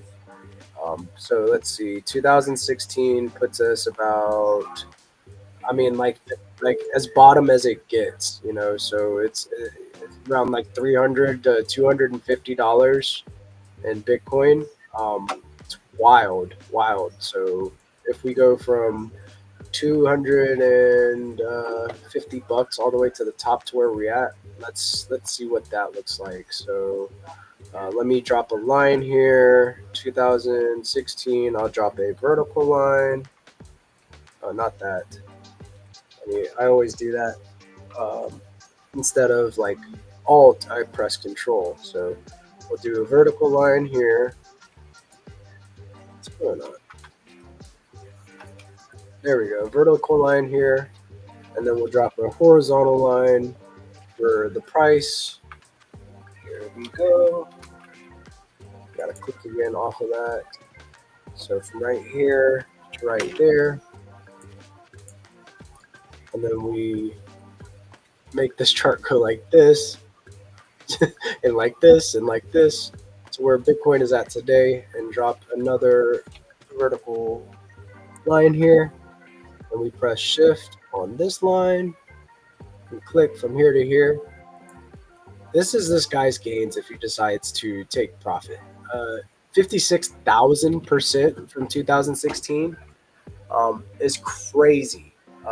But yeah, he might just be transferring some stuff around, and like you said, and just taking a bit of profit. Maybe he's not going to take all of it at once, and who knows? There's no way of knowing, right? Yeah, if he was willing to hold on this long, hopefully he's willing to hold on longer, and maybe he's just selling a coin or two just to, you know, like help, you know, give him something in the present. Like maybe he wants to buy a house, or, you know, maybe he wants to, you know, take a year off of work or something. I don't know. Like it's hard to know people's intentions with what the decisions they do, but you know, hopefully he didn't hold on this long just to sell his old position, because there's so much more growth. Dude, this is only the beginning. You know, mass adoption isn't even here. Retail hasn't even dipped their toes in the water yet. Like, yes, we're going so much higher. I'm seeing kind of like a 50-50 sentiment on the timeline. So like the Martini guy is calling for lower prices. I don't know if any of you guys follow him. He's quite known in the space, but he's calling for lower prices, where I'm seeing a lot of bulls calling for so much higher. And I agree with. I mean, I'm bullish on Bitcoin right now, and like you said, we are still waiting on some different catalyst, and we have those options expiry at the end of the month, and then quarter 2 starts April 4th or April 1st. So yeah, it's really interesting where we're at right now. Um, of course, we're all bullish on price action here at the moment because we saw kind of a rebound off of the bottom. It's looking strong, and it just seems like more and more bigger players are entering the game. We're seeing states starting to adopt Bitcoin and their own personal reserves, and we're seeing the SBR, the Strategic Bitcoin Reserve, proposed by America, where we're going to accumulate 1 million Bitcoin over the span of 5 years for the Strategic Bitcoin Reserve. Like, it just seems like all of the news related events are there for more upside. So I guess we will see within the next week or so and see what happens. And the whales certainly haven't stopped accumulating. So it's interesting how you can have this sideways chop, but you look at the accumulation and it's up and to the right. So yeah, like just yeah, eventually supply and demand mechanics are going to have to take over because there's no demand response with supply. Supply is what it is. It's on the halving schedule. That's it. Gold's price goes up, they go out and find more gold. If their silver's price goes up, they go out and find more silver. If Bitcoin's price goes,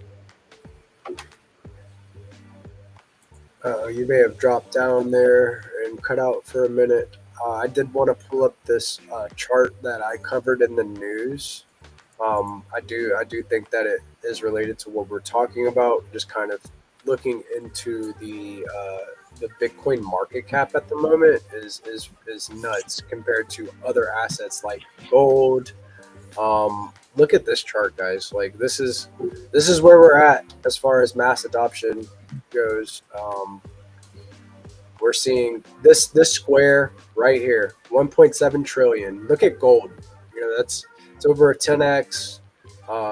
US dollar, others, even the others category here. Like, this is something really cool.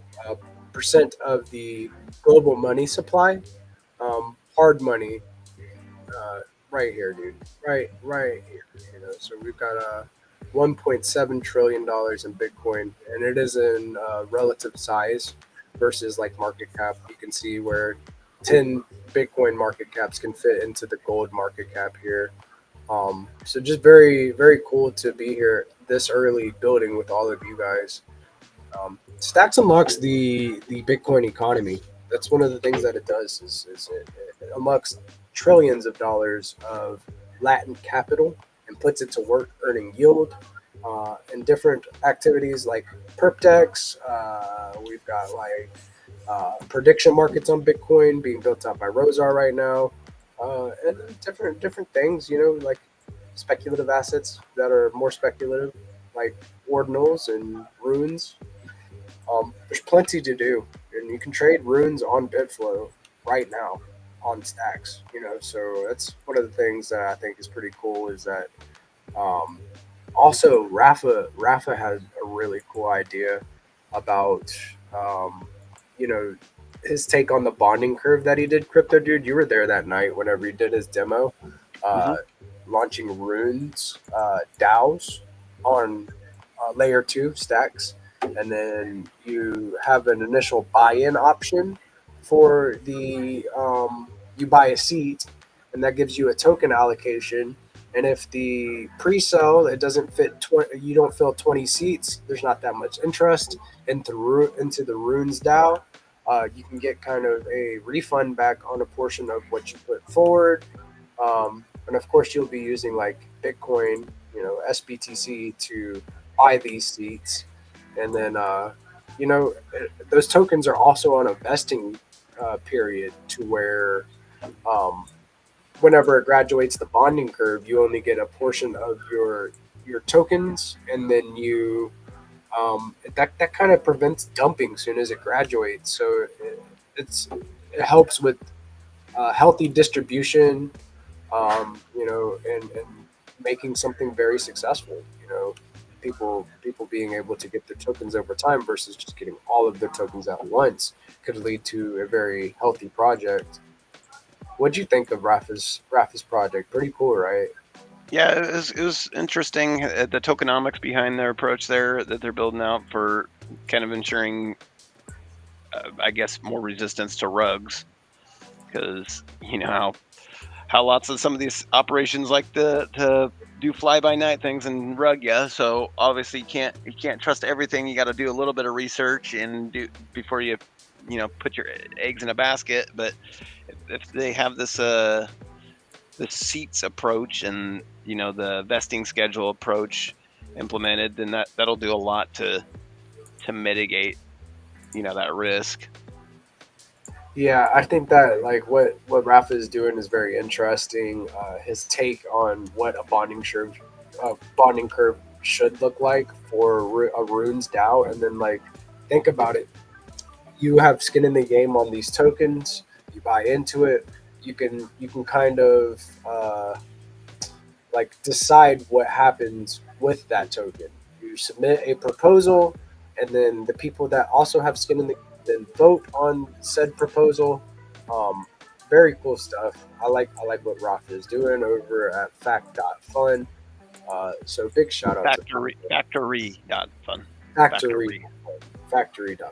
Yeah, Spelled Factory. FAK, not like a typical factory, but FAK. Yeah, I'll type it in so you guys can go check it out.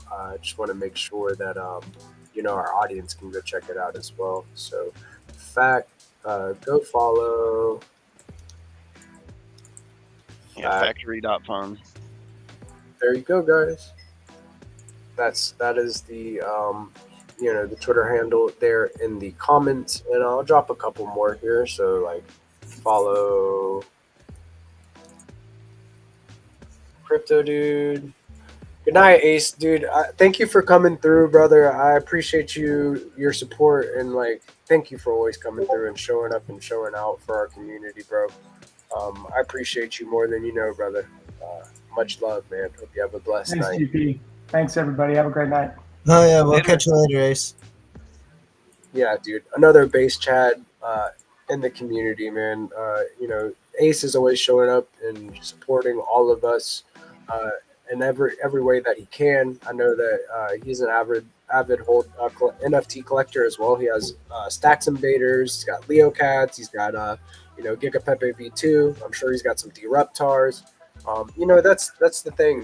These are the type of base Chads in our community. We all kind of build together, support each other, and everybody has their own lane and role to play in bringing stacks to a broader audience. I wanted to get a little bit into BooStacks, man. What have you been working on lately with BooStacks? We're hammering on NFT integrations, so we got NFT transfers coming into the transfer modal that people are already using, so they'll be able to select whether or not they want to transfer tokens or whether or not they want to transfer an NFT to the author. We're also working on the functionality for airdropping, so we're still there's multiple basically the focus of this next patch, so to speak, is NFTs. So there's kind of a lot of things to do with NFTs. So we'll be making it where you can transfer them, obviously, like I said, airdrop them. Ideally, that's still being hammered on literally right now.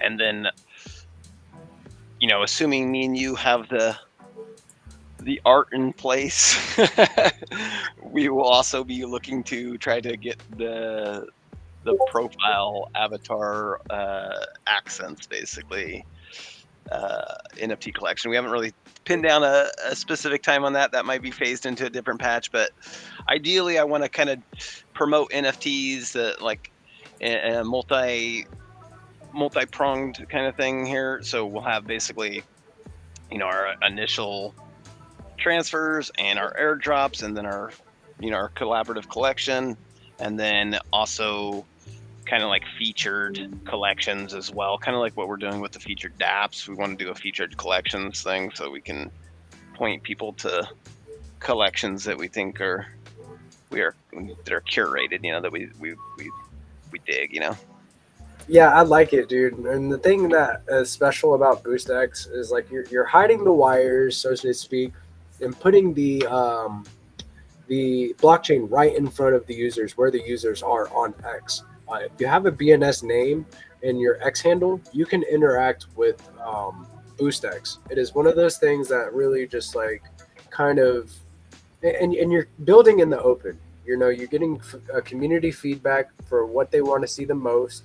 NFTs was one of the things that I was like really excited about, maybe potentially doing an NFT mint from X is one of those things that really, really makes my head spin. So I'm glad to hear that you're hammering away at some of that functionality, and as well as like you're doing these polls, right? Asking the community right here and rewarding them in 20 STX worth of SBTC for if they would like to see rewards more often and less money, or less often and more money. And it looks like more often with less money took the race by a long shot. So you're engaging with the community and getting that feedback. I like that you're building in the open and considering what everybody wants to see from BoostX. So you guys definitely go follow BoostX_app on X. We're also introducing new incentive mechanics into the boosting process, so it's not just for the feel goods of tipping an author. There's an actual incentive to the boosting party, and that'll be.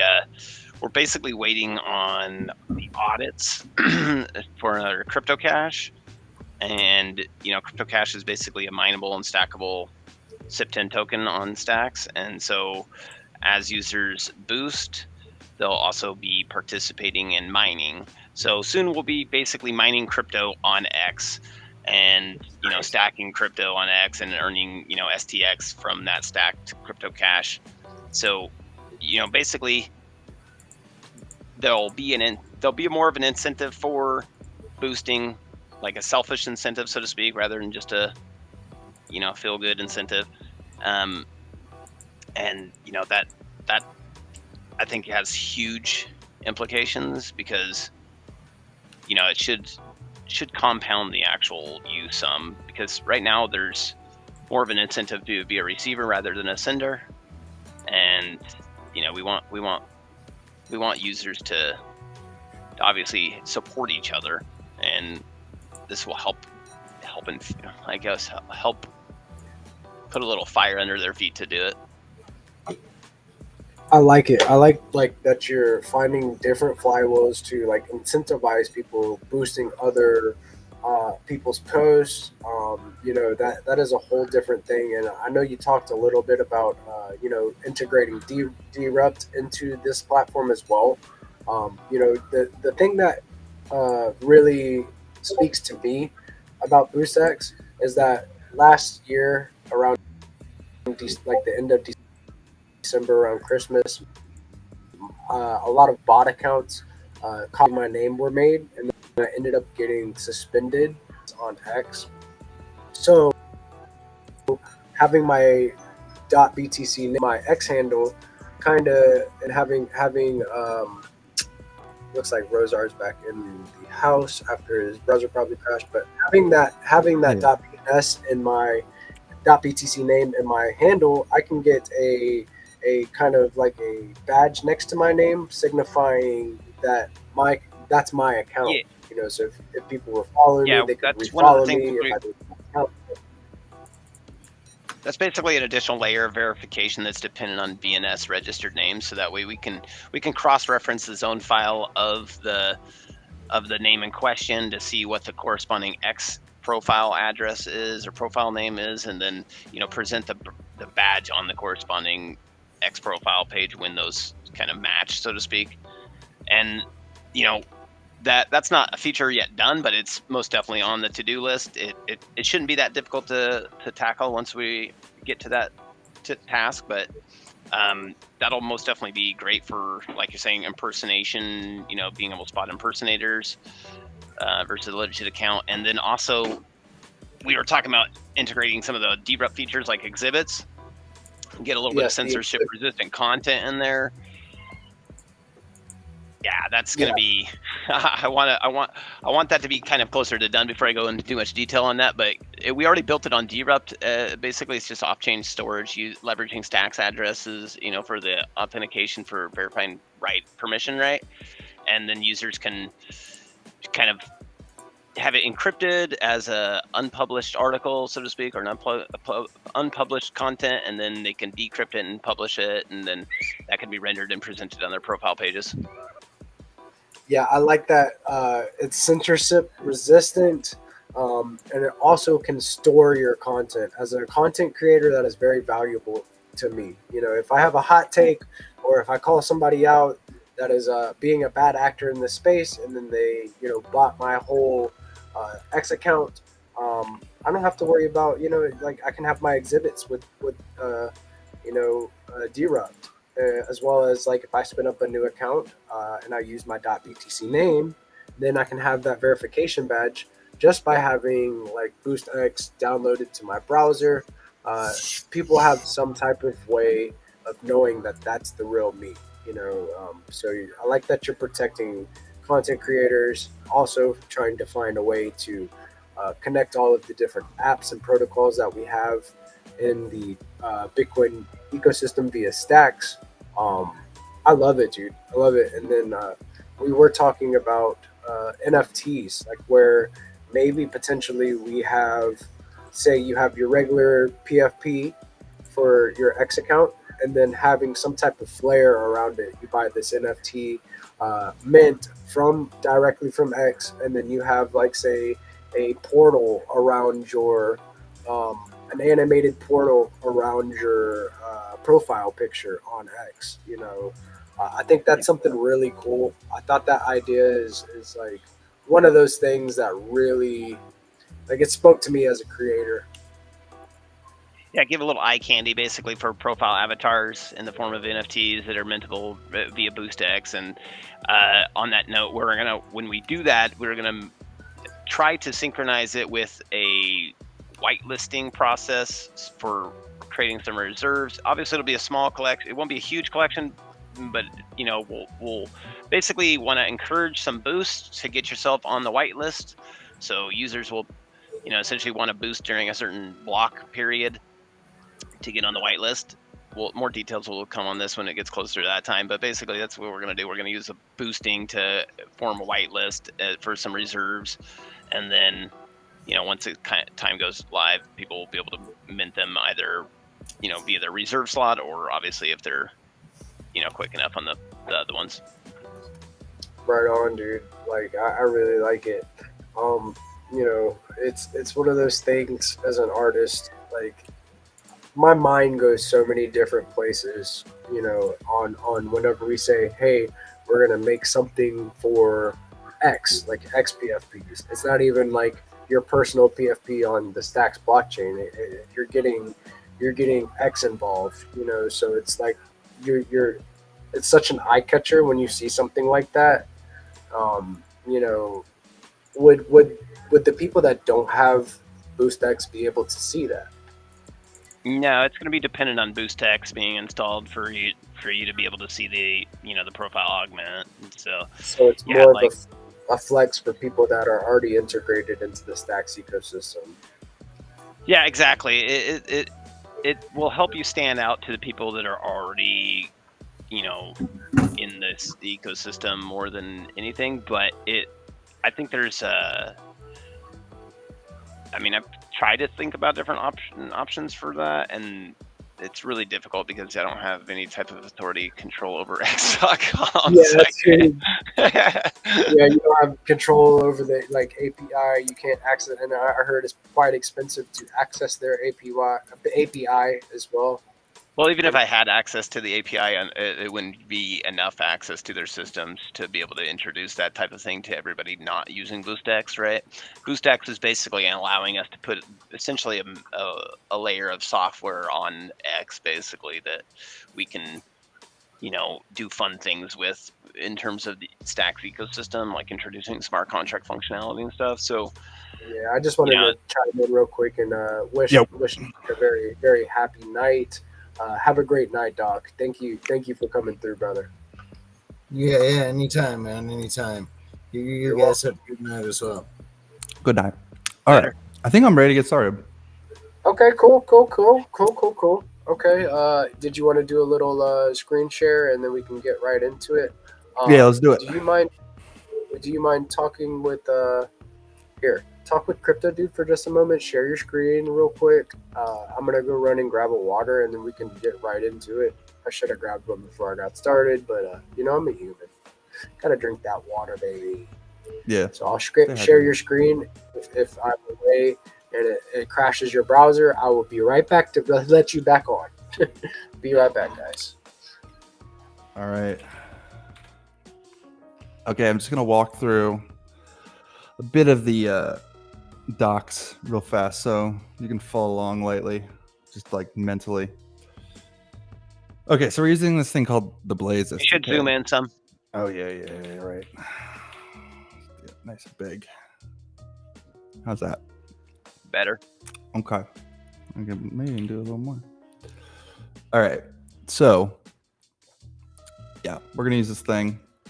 It's handy. You can think of it like at its most basic form, it's just like the Stacks.js package where like you use it, create transactions, and send, call functions, call contract functions, like read functions and write functions, all that stuff. Like writing, you might do like a transfer. So this is what it serves as. But the whole point of it is it introduces this like middleware concept where you can basically create these custom services that sort of sit on top. You can think of like they sit between you and Stacks. And if you call them, they'll basically intercept the commands and do things. So let's say you create a service. Let's scroll down a little bit here. Yeah, the service chain. So you can create these little services that intercept commands and do stuff before they go on chain. So like here's a custom service. You can create a custom service, and then queries will intercept these like read-only functions. Mutations will intercept the public write functions, and they're quite handy. But I think it's probably best if we just jump into it. All right, so let's just get into it. All right, so we're going to be testing with this little app I have here, a little test app, which I made just because it's Rochambeau?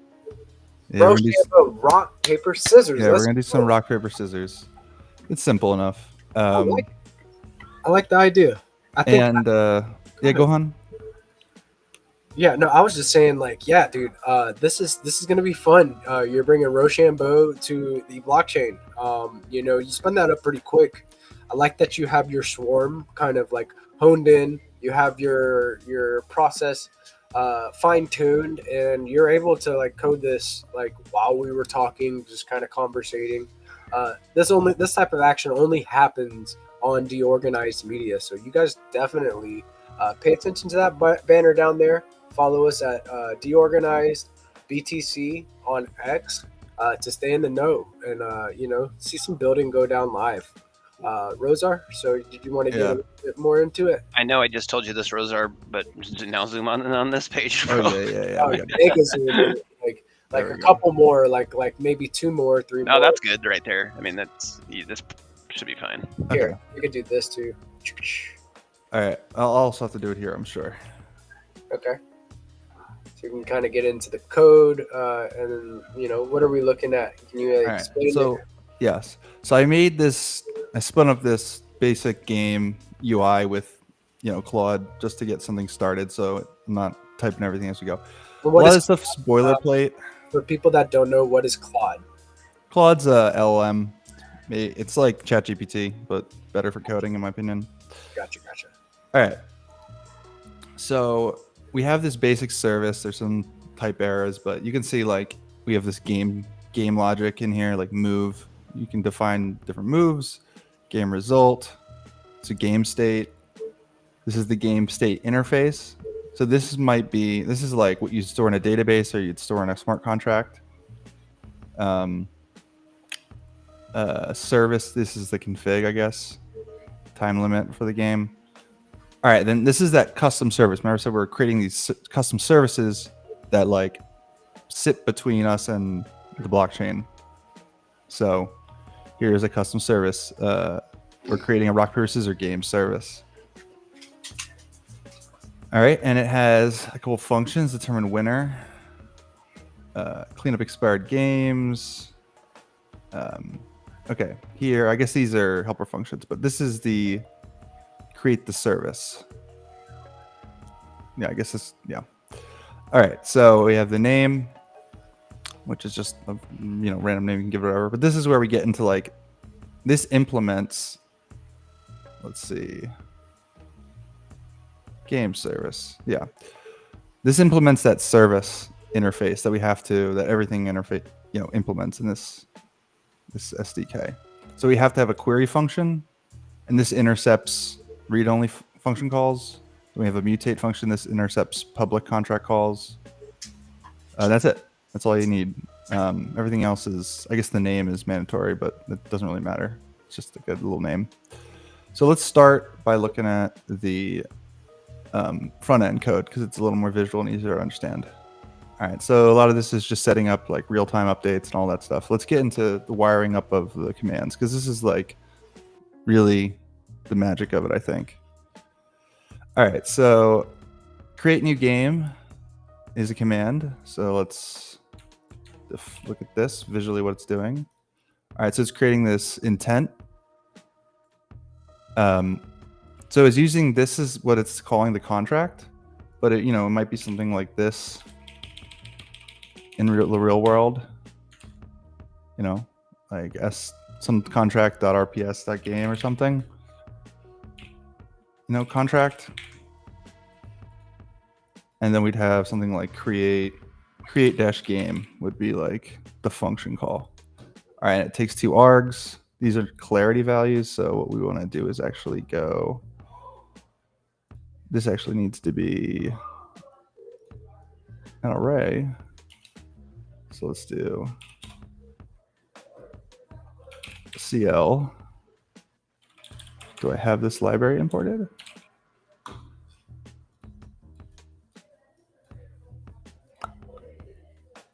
Let's make sure I have, it's a stacks transactions library.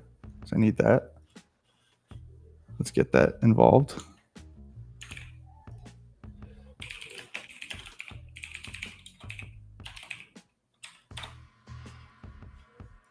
All right, I'm installing stacks transactions. We got it now. So we got it. All right, let's go back to our file. Now we can go back here to CL dot, we wanted to do like an address, right? That's what we wanted. All right, player 1 and player 2 ID.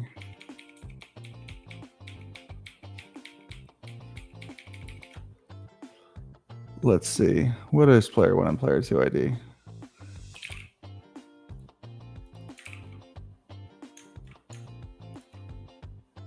All right, it's just a string. Well, it's like a string. So maybe we do something like this here. We do like a string ASCII player 1.id. All right, and then we do it again. All right. And what is this?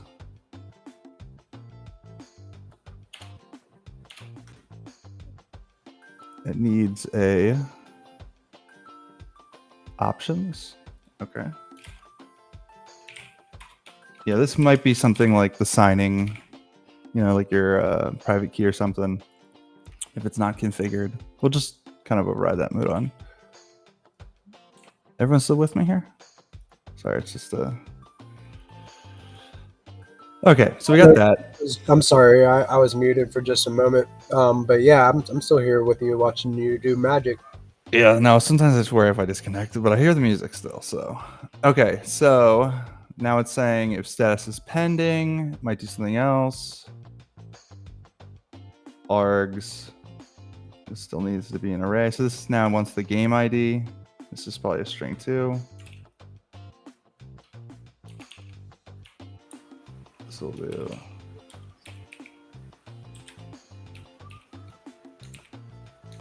All right, got that now. So we got a game ID.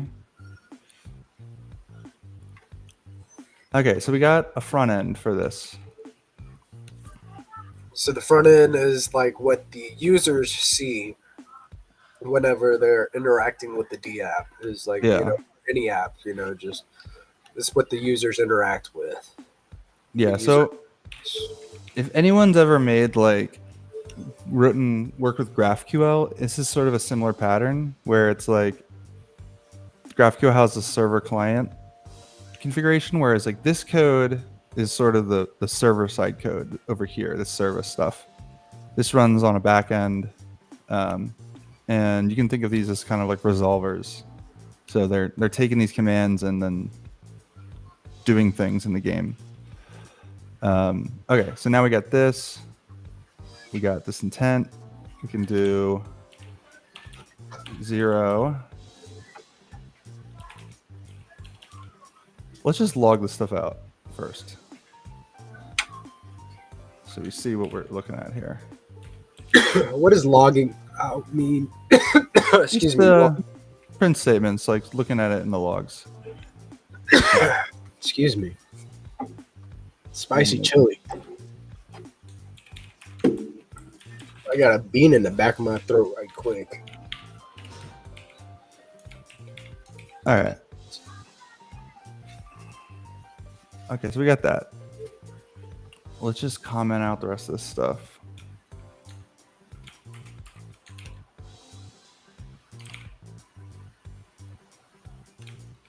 So it can all compile.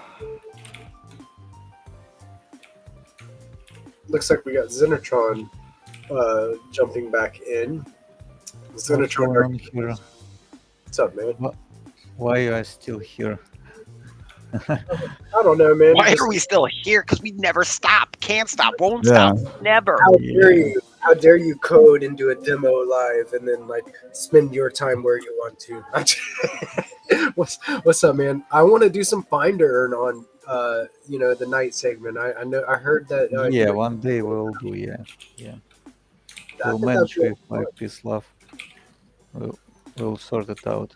And your idea is great to make like one starting point for 2 quests. We'll try it because like people just can walk around and find some places randomly and be happy. Because now like everyone just focused on one place. Yeah. And it's like very efficient too. You start one game and then anybody can come in there and then find these different locations starting from the starting point, and then however you want to make it play out there from that point. You guys are saying multiple rewards around a starting point, basically. Is that what you're saying? Yeah, dude. We talked about this on the morning show this morning. I don't know, like it just came to me, and I was like, let's maybe like this, and then everybody liked the idea. So I guess that might be something that Xenotron's, thinking about implementing with the Find to Earn Live. If you did not know, Skullcoin is an on-chain game using encrypted NFTs to where you kind of have one side of the NFT that you can see only, and then somebody else can't. So you can hide information from other players, and they're like keys to a puzzle that you're trying to solve that gives you a location on Google Maps to earn different prizes. So it's very cool how the on-chain game played out. Saw a lot of different collaborators and people getting in the group chat and getting together to solve these puzzles with the different pieces. So it's cool to think of a new game mode where it's but we're building like this because I don't see any other opportunity to build another game. If if I could find, or if like anyone will build another game, I will be very happy person that I see like something really new, because we compete with Solana, with other blockchains, with Sui. There is a 100 million budgets with like VC, and nobody can like build GameFi so far. And Yes. this is most difficult task for nowadays, to build like sustainable game that will attract audience and people will play, and the economics will not go into Ponzi. It's very difficult. Yeah, It's gonna be pick up and balancing the play. game, like gamifying it, like making it stick. Yes, I agree. There's a lot of moving parts in Game 5 for Yeah, sure. because like when you enjoy the game, that is the first part, and the second part when you start earn little bit, but earn in fair competition. And to make both part works, it's like incredible work. Yeah, and I mean that's where I think that you've done justice by Skullcoin and how the tokenomics work with the game, and then like the game itself, like all of it is just well thought out. Yeah, we'll Um, see. Like, you know, I think you've killed it, dude. And I think that more people should know about Finder and Skullcoin. It's Brother, what you wanna build on rock paper scissors? Yeah, dude. So he's doing some. Yeah, I'm just building a demo to show how the He's building Rochambeau on Blaze. live, dude. So that's the key point. Takeaway is like this building is happening live. This isn't even on testnet yet, not in closed alpha. And I like that you do this type of coding here. How you will earn what is your monetization in model and Blaze? You just earn on the fees, or what? How it works like for you?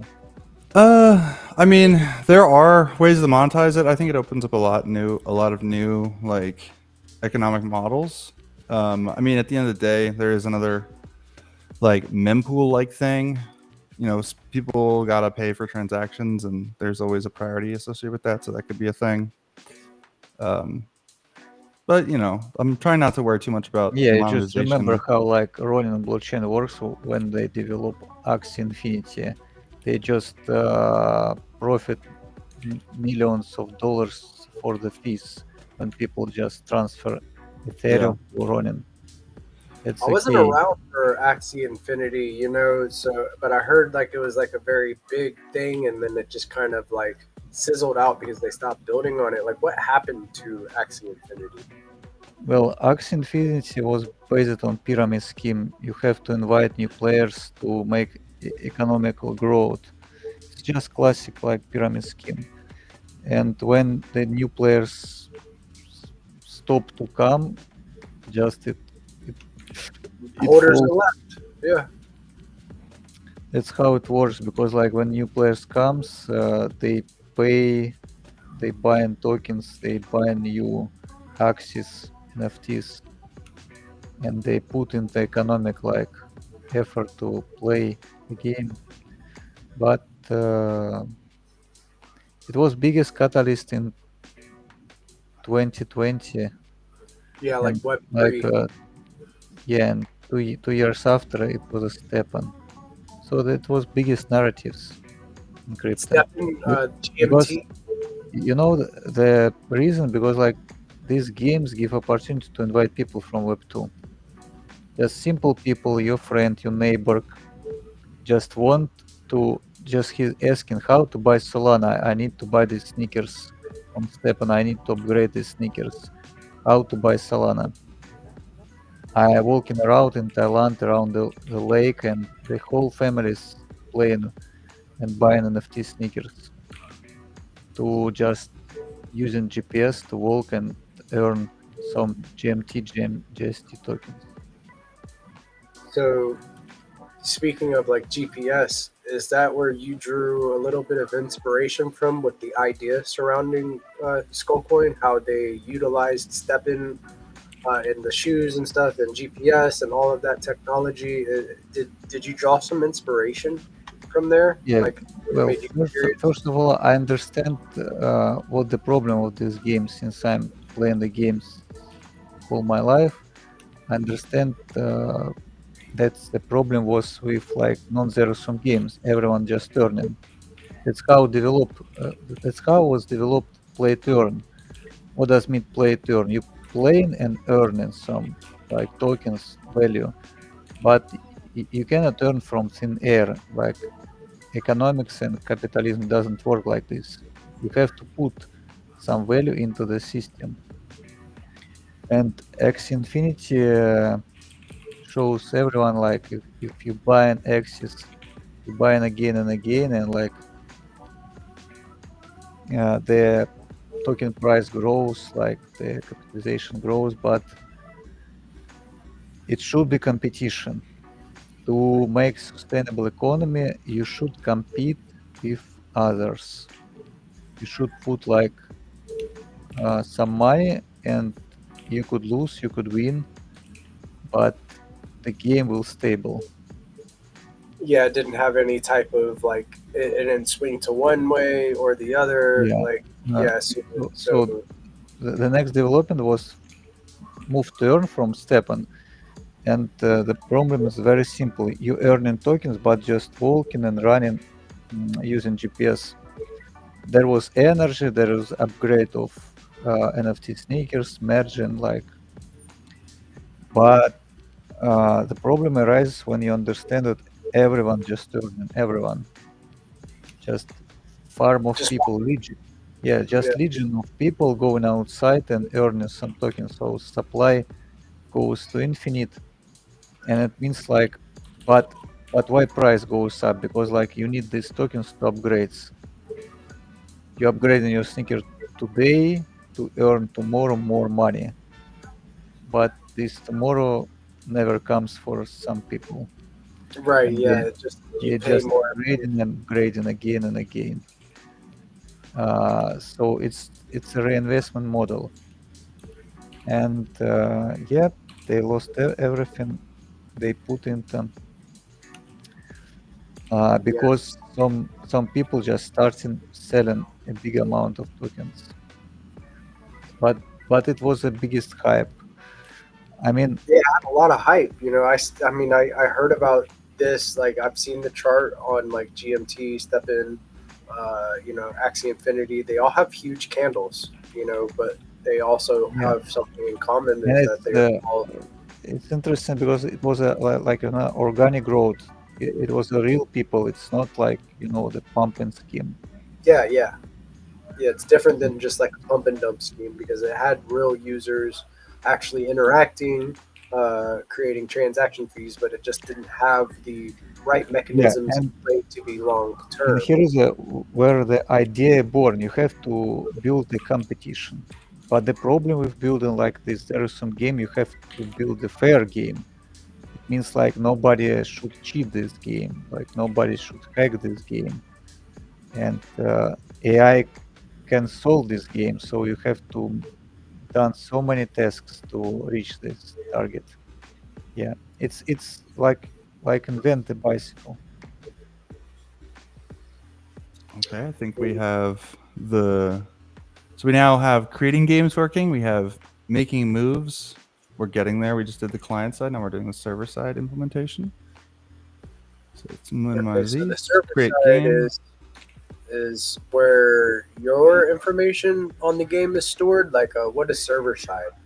This is like, so Clarity as a smart contracting, like Stacks as a blockchain couldn't be the server side, but you may want to implement something off chain to do the same thing because you want to do it faster or you want to do some stuff that's hard to do on chain. Something like Blaze. Yeah, I mean, Blaze helps with it. This SDK specifically is for that because it creates a way to create effectively middleware. So it's like you can use your service, but then like the same function call can be directed at Stacks, the chain, and do the same thing. And you could bind your function calls to your service that your service will then, be your go between to the actual settlement on the L2. Yeah. And then someone can use that SDK to like then call a different contract that will just go straight to Stacks. And like so you can create these little like packages that just cover like one contract and add these like virtual functionality that goes off chain for each one. All right, so let's get this next bit here. All right, yeah, some of this stuff came in incorrectly, so I gotta do a little fixing here. It's interesting, like because like with timing, we just developing this PvP, PvE models, and we actually could build it on Blaze, but I don't know. It's hard decision. It's fine. I mean, like the whole point of it is supposed to make things easier, but it's so new now that Yeah, it's novel. Yeah, but I don't know we if need it's going to some make it time easier to yet. build, But because like it's unique mechanics. We even like I spent a lot of time to sort the things out. To, for example, how to how to pronounce this important button to start the fight.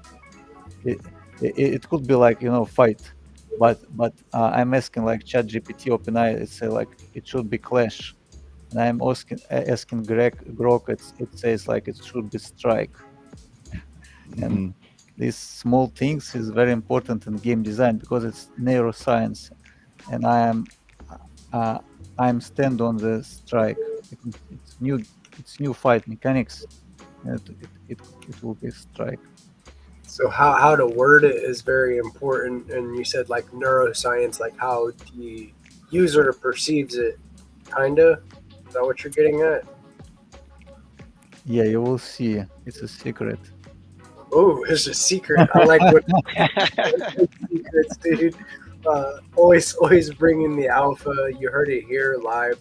Definitely. No, I mean like we have to build like we yeah. It's a secret. He's teasing. Yeah, I like it, dude. I'm telling you, I'm bullish on what Zenitron's building always with Finder and Skullcoin, and then he comes and he teases me a little bit more. I have to keep this, like Mysterio, like image. Yeah. No, I get it, and then like you come on the morning show in your true form for about an hour and a half a day, around an hour to play Find to Earn 2 in your true form, your Skullcoin form, and then yeah, I get it. I definitely understand it, and I dig it, dude. I see you. Yeah. Yeah, it's dope. look at that. I think we got something going here. Hey, Hazan, we working All right. here. All right, so we start.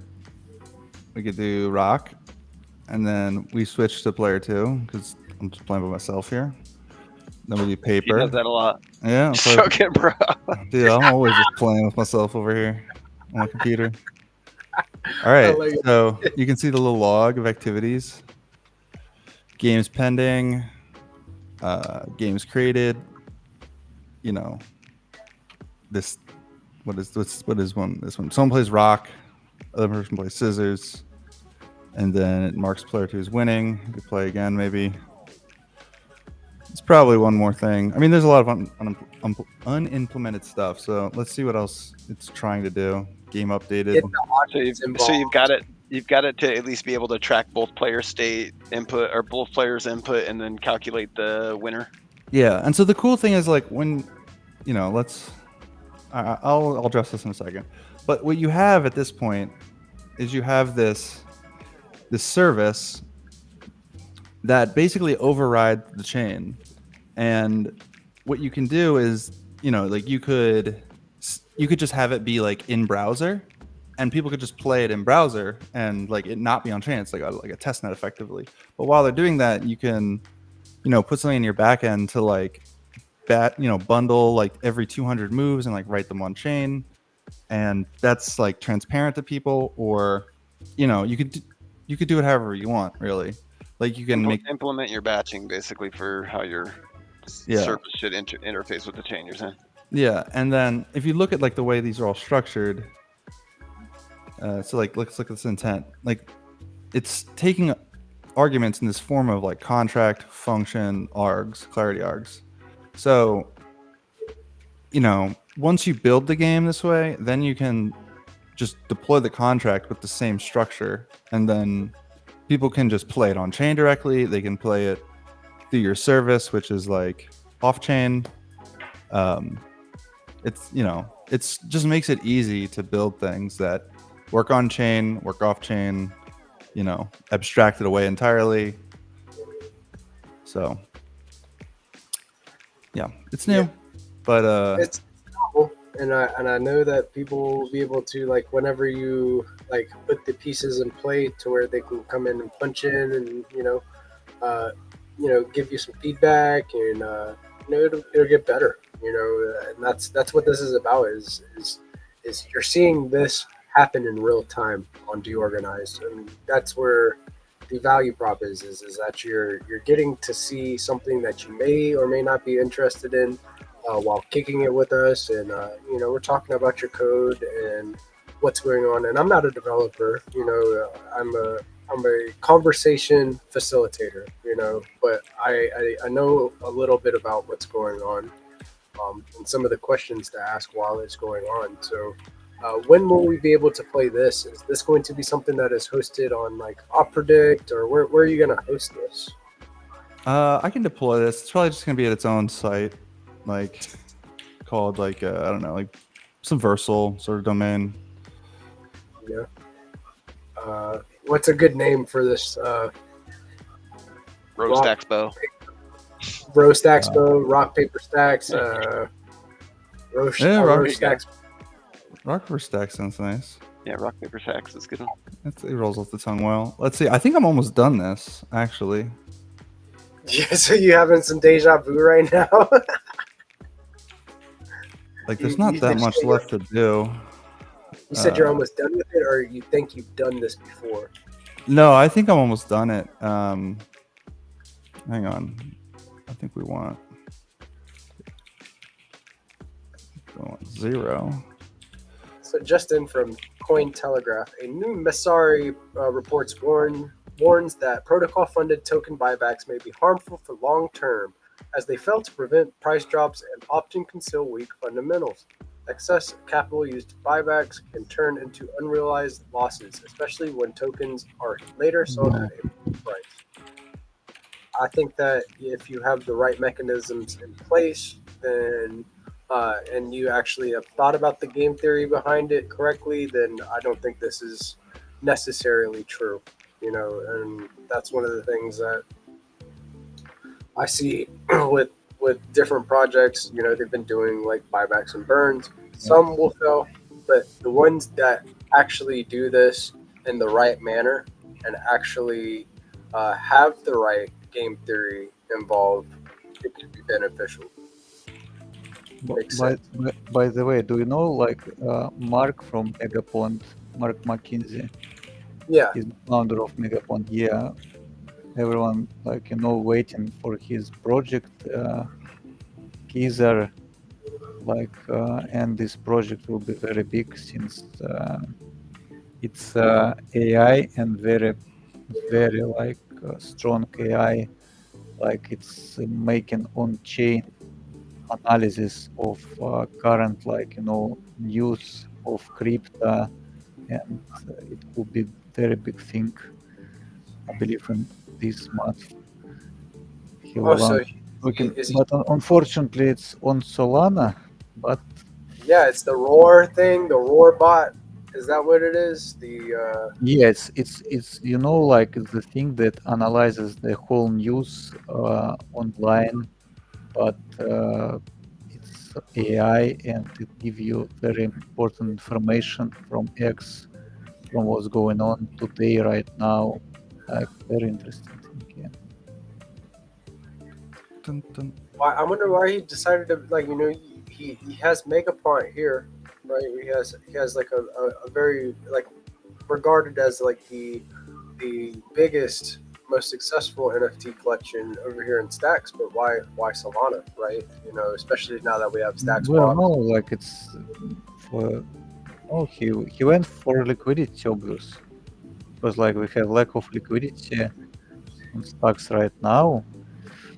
and he goes to Solana because like his community support him on Solana, and there is it's just the bigger market cap and opportunity to launch stock there. It's Good like point that you have there, because we don't have new launches on Stock City for 2 months straight. yeah, I agree. You know, seeing that, like, that's something that they do right on Solana, is that they have funding for this type of building, incentives in place for different devs to come to their ecosystem and build, and they have liquidity, so that's like Yeah, that's yeah. effective. So like, yes, I get it. Because one, you know, like I'm just give like some ideas of mine. Yeah, so Right. when you play find to earn, you find location, but there is a like character, the not the player character, by NPC. You have to beat this character, and if you found location earlier than your friends, you can make more damage, and more damage you will will done, the more tokens you will like, the more tokens you receive, for example skull coins. But to bring this damage to this character, you have to own NFTs equipment. But I- when you buy NFTs equipment, you have durability. You have to repair this NFT equipment using skull coins. So it makes sustainable circle. You making damage, you earn skull coins, but you spend skull coins for buying NFTs and making a repair of NFTs. But these monsters has a drop rate. You could get like 10% of new NFT, new rarity level of NFT. But you can invite your friends. If Orange found location the first and he started to fight the boss, he will lose. If he will lose, he will not earn skull coins. So he should invite like GPC, Crypto Dude, Roser, and you play in co-op fight.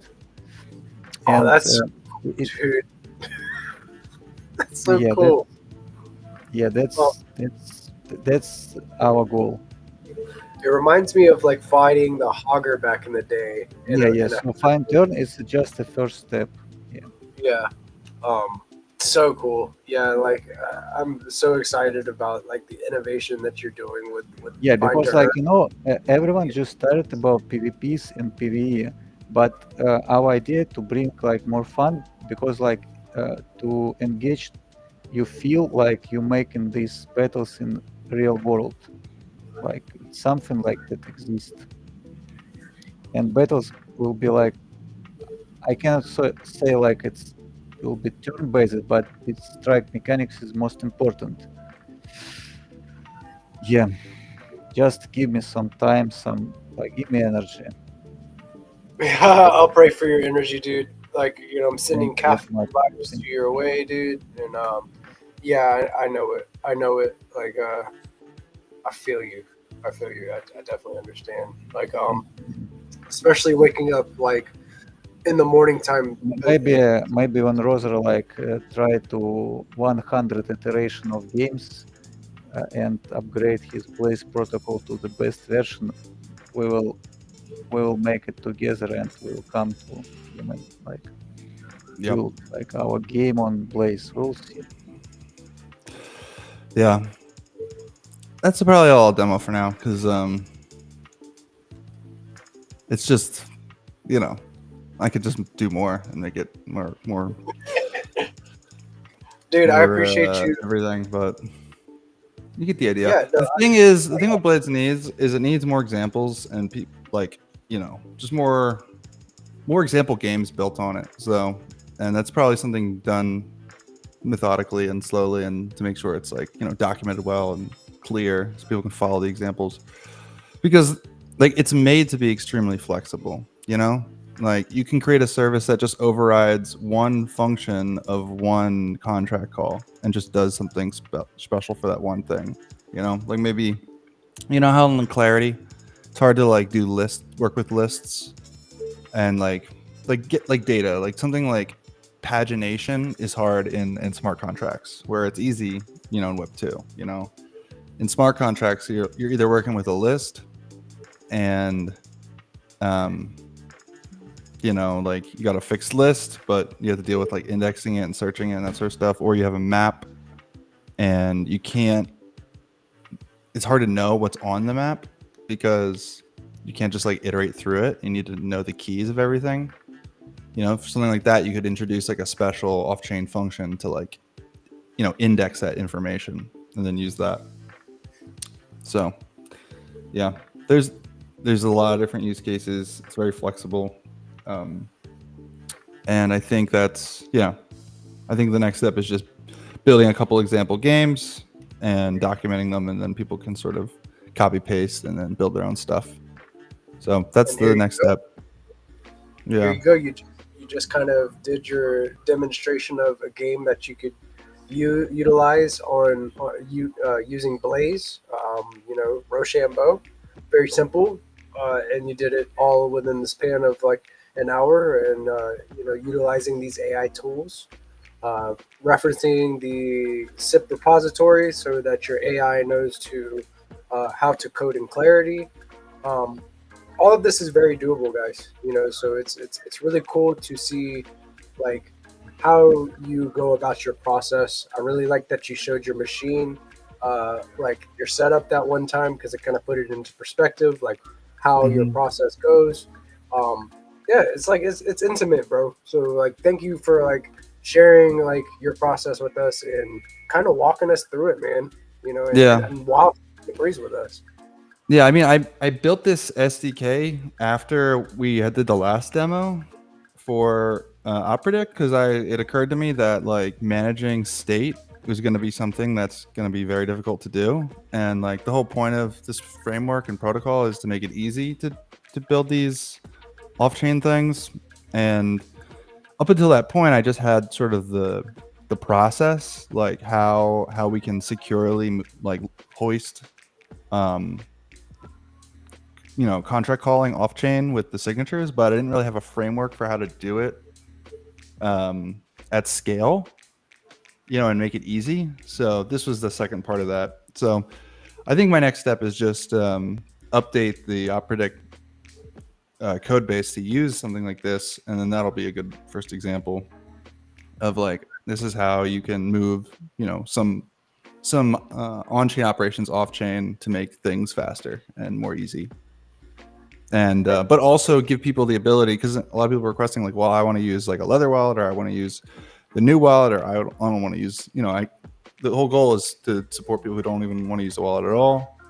And so like a tool like this SDK helps make it easy to have all three of these options work, because the whole point of it is it's normalizing a service into, it's normalizing the service interface into this like unified interface that you can interact with on chain, interact with it through, off chain, or, and it all kind of works the same way. So it's consistent. All right. I'm done talking about that. Thank you, Rosar. I appreciate you. Fellas, I think that it's about that time. I'm going to go around the room one more time. Any last final thoughts and, maybe vibes that you want to put out there into the ethos, and, maybe a point that you want to get across. I'll shoot to you, Crypto Dude. Let's see here. Of course, shameless shield really quick. Download BoostX off the Chrome store. Obviously, get your BNS name so that way you can start receiving some funds, start participating in the things that are happening on the regular, so you can start earning some crypto on X with us. And of course, I guess build the change. Build the change is the best one that you've said thus far, and it never fails, man. I like to see everybody building the change in the open on DeOrganized with the crew, putting out high frequency vibes. Zenatron, you have anything that you'd like to add to the conversation, brother? Any last final thoughts or closing vibes that you like to put out there? Yeah, just want to say thank you for having me here. Like, future is bright. You are amazing people. Like, I'm very glad that I met you. That's all. Yeah, dude. I've been a fan of your work since I met you about almost 2 years ago now. It's going on 2 years. And I think that the work that you're doing in the Stacks ecosystem is important. Keep chipping away, dude. Yeah, Yeah, we're thanks all so gonna much. get there. I'm And moving very slowly since like we are indie team, but yeah, thanks, man. yeah, no, you guys are crushing it. Yeah, thank you for coming on. You're welcome always, dude. You always bring out good vibes. So, thank you, Zenitron and Rosar. I'll let you close this out. Any final thoughts? Any final statements? Ideas, things you want to put out there into the ethos. I don't know, just grateful that and appreciative that I was able to win something for once. I needed that. You got it. Yeah, but Congrats on that, by the way. the cook continues. It's just so much more to do. So, and I'm sure everyone feels the same way with their own projects. But just keep at it. Good things happen. Just keep working. Yeah, we'll get there. Big facts. I agree. A wise man once told me, keep chipping away. And another wise man told me to build the change. So this is what I'm going to continue to do. We're going to continue to hammer away while keeping the frequency high and love in the room. Thank you, fellas, for coming through tonight. I hope you have a very blessed night. It is going to be an exciting week for Stacks as we see price action kind of rebounding. We've got the Velar perp decks coming to Stacks along with the SBTC cap lifting and withdrawals being enabled for SBTC. Tune in, guys. DeOrganized has 2 different segments a day. We run the Let's Go morning show at 8:30 a.m. ET, where you can come play Find to earn some prizes in STX, get the latest Bitcoin and Stacks Alpha, along with some high frequency vibes with some good people just here being passionate and building, along with the DeOrganized nightly segment where we bring different builders, gigabrains, all of your favorite gigabrain astronaut scholars into the same room and have a dope conversation, kick out high frequency vibes, do some building in the opening, and really, really shining the light on what's being built on Bitcoin via Stacks. I am GP with DeOrganized Media, and I am out. Have a blessed night, guys. Peace.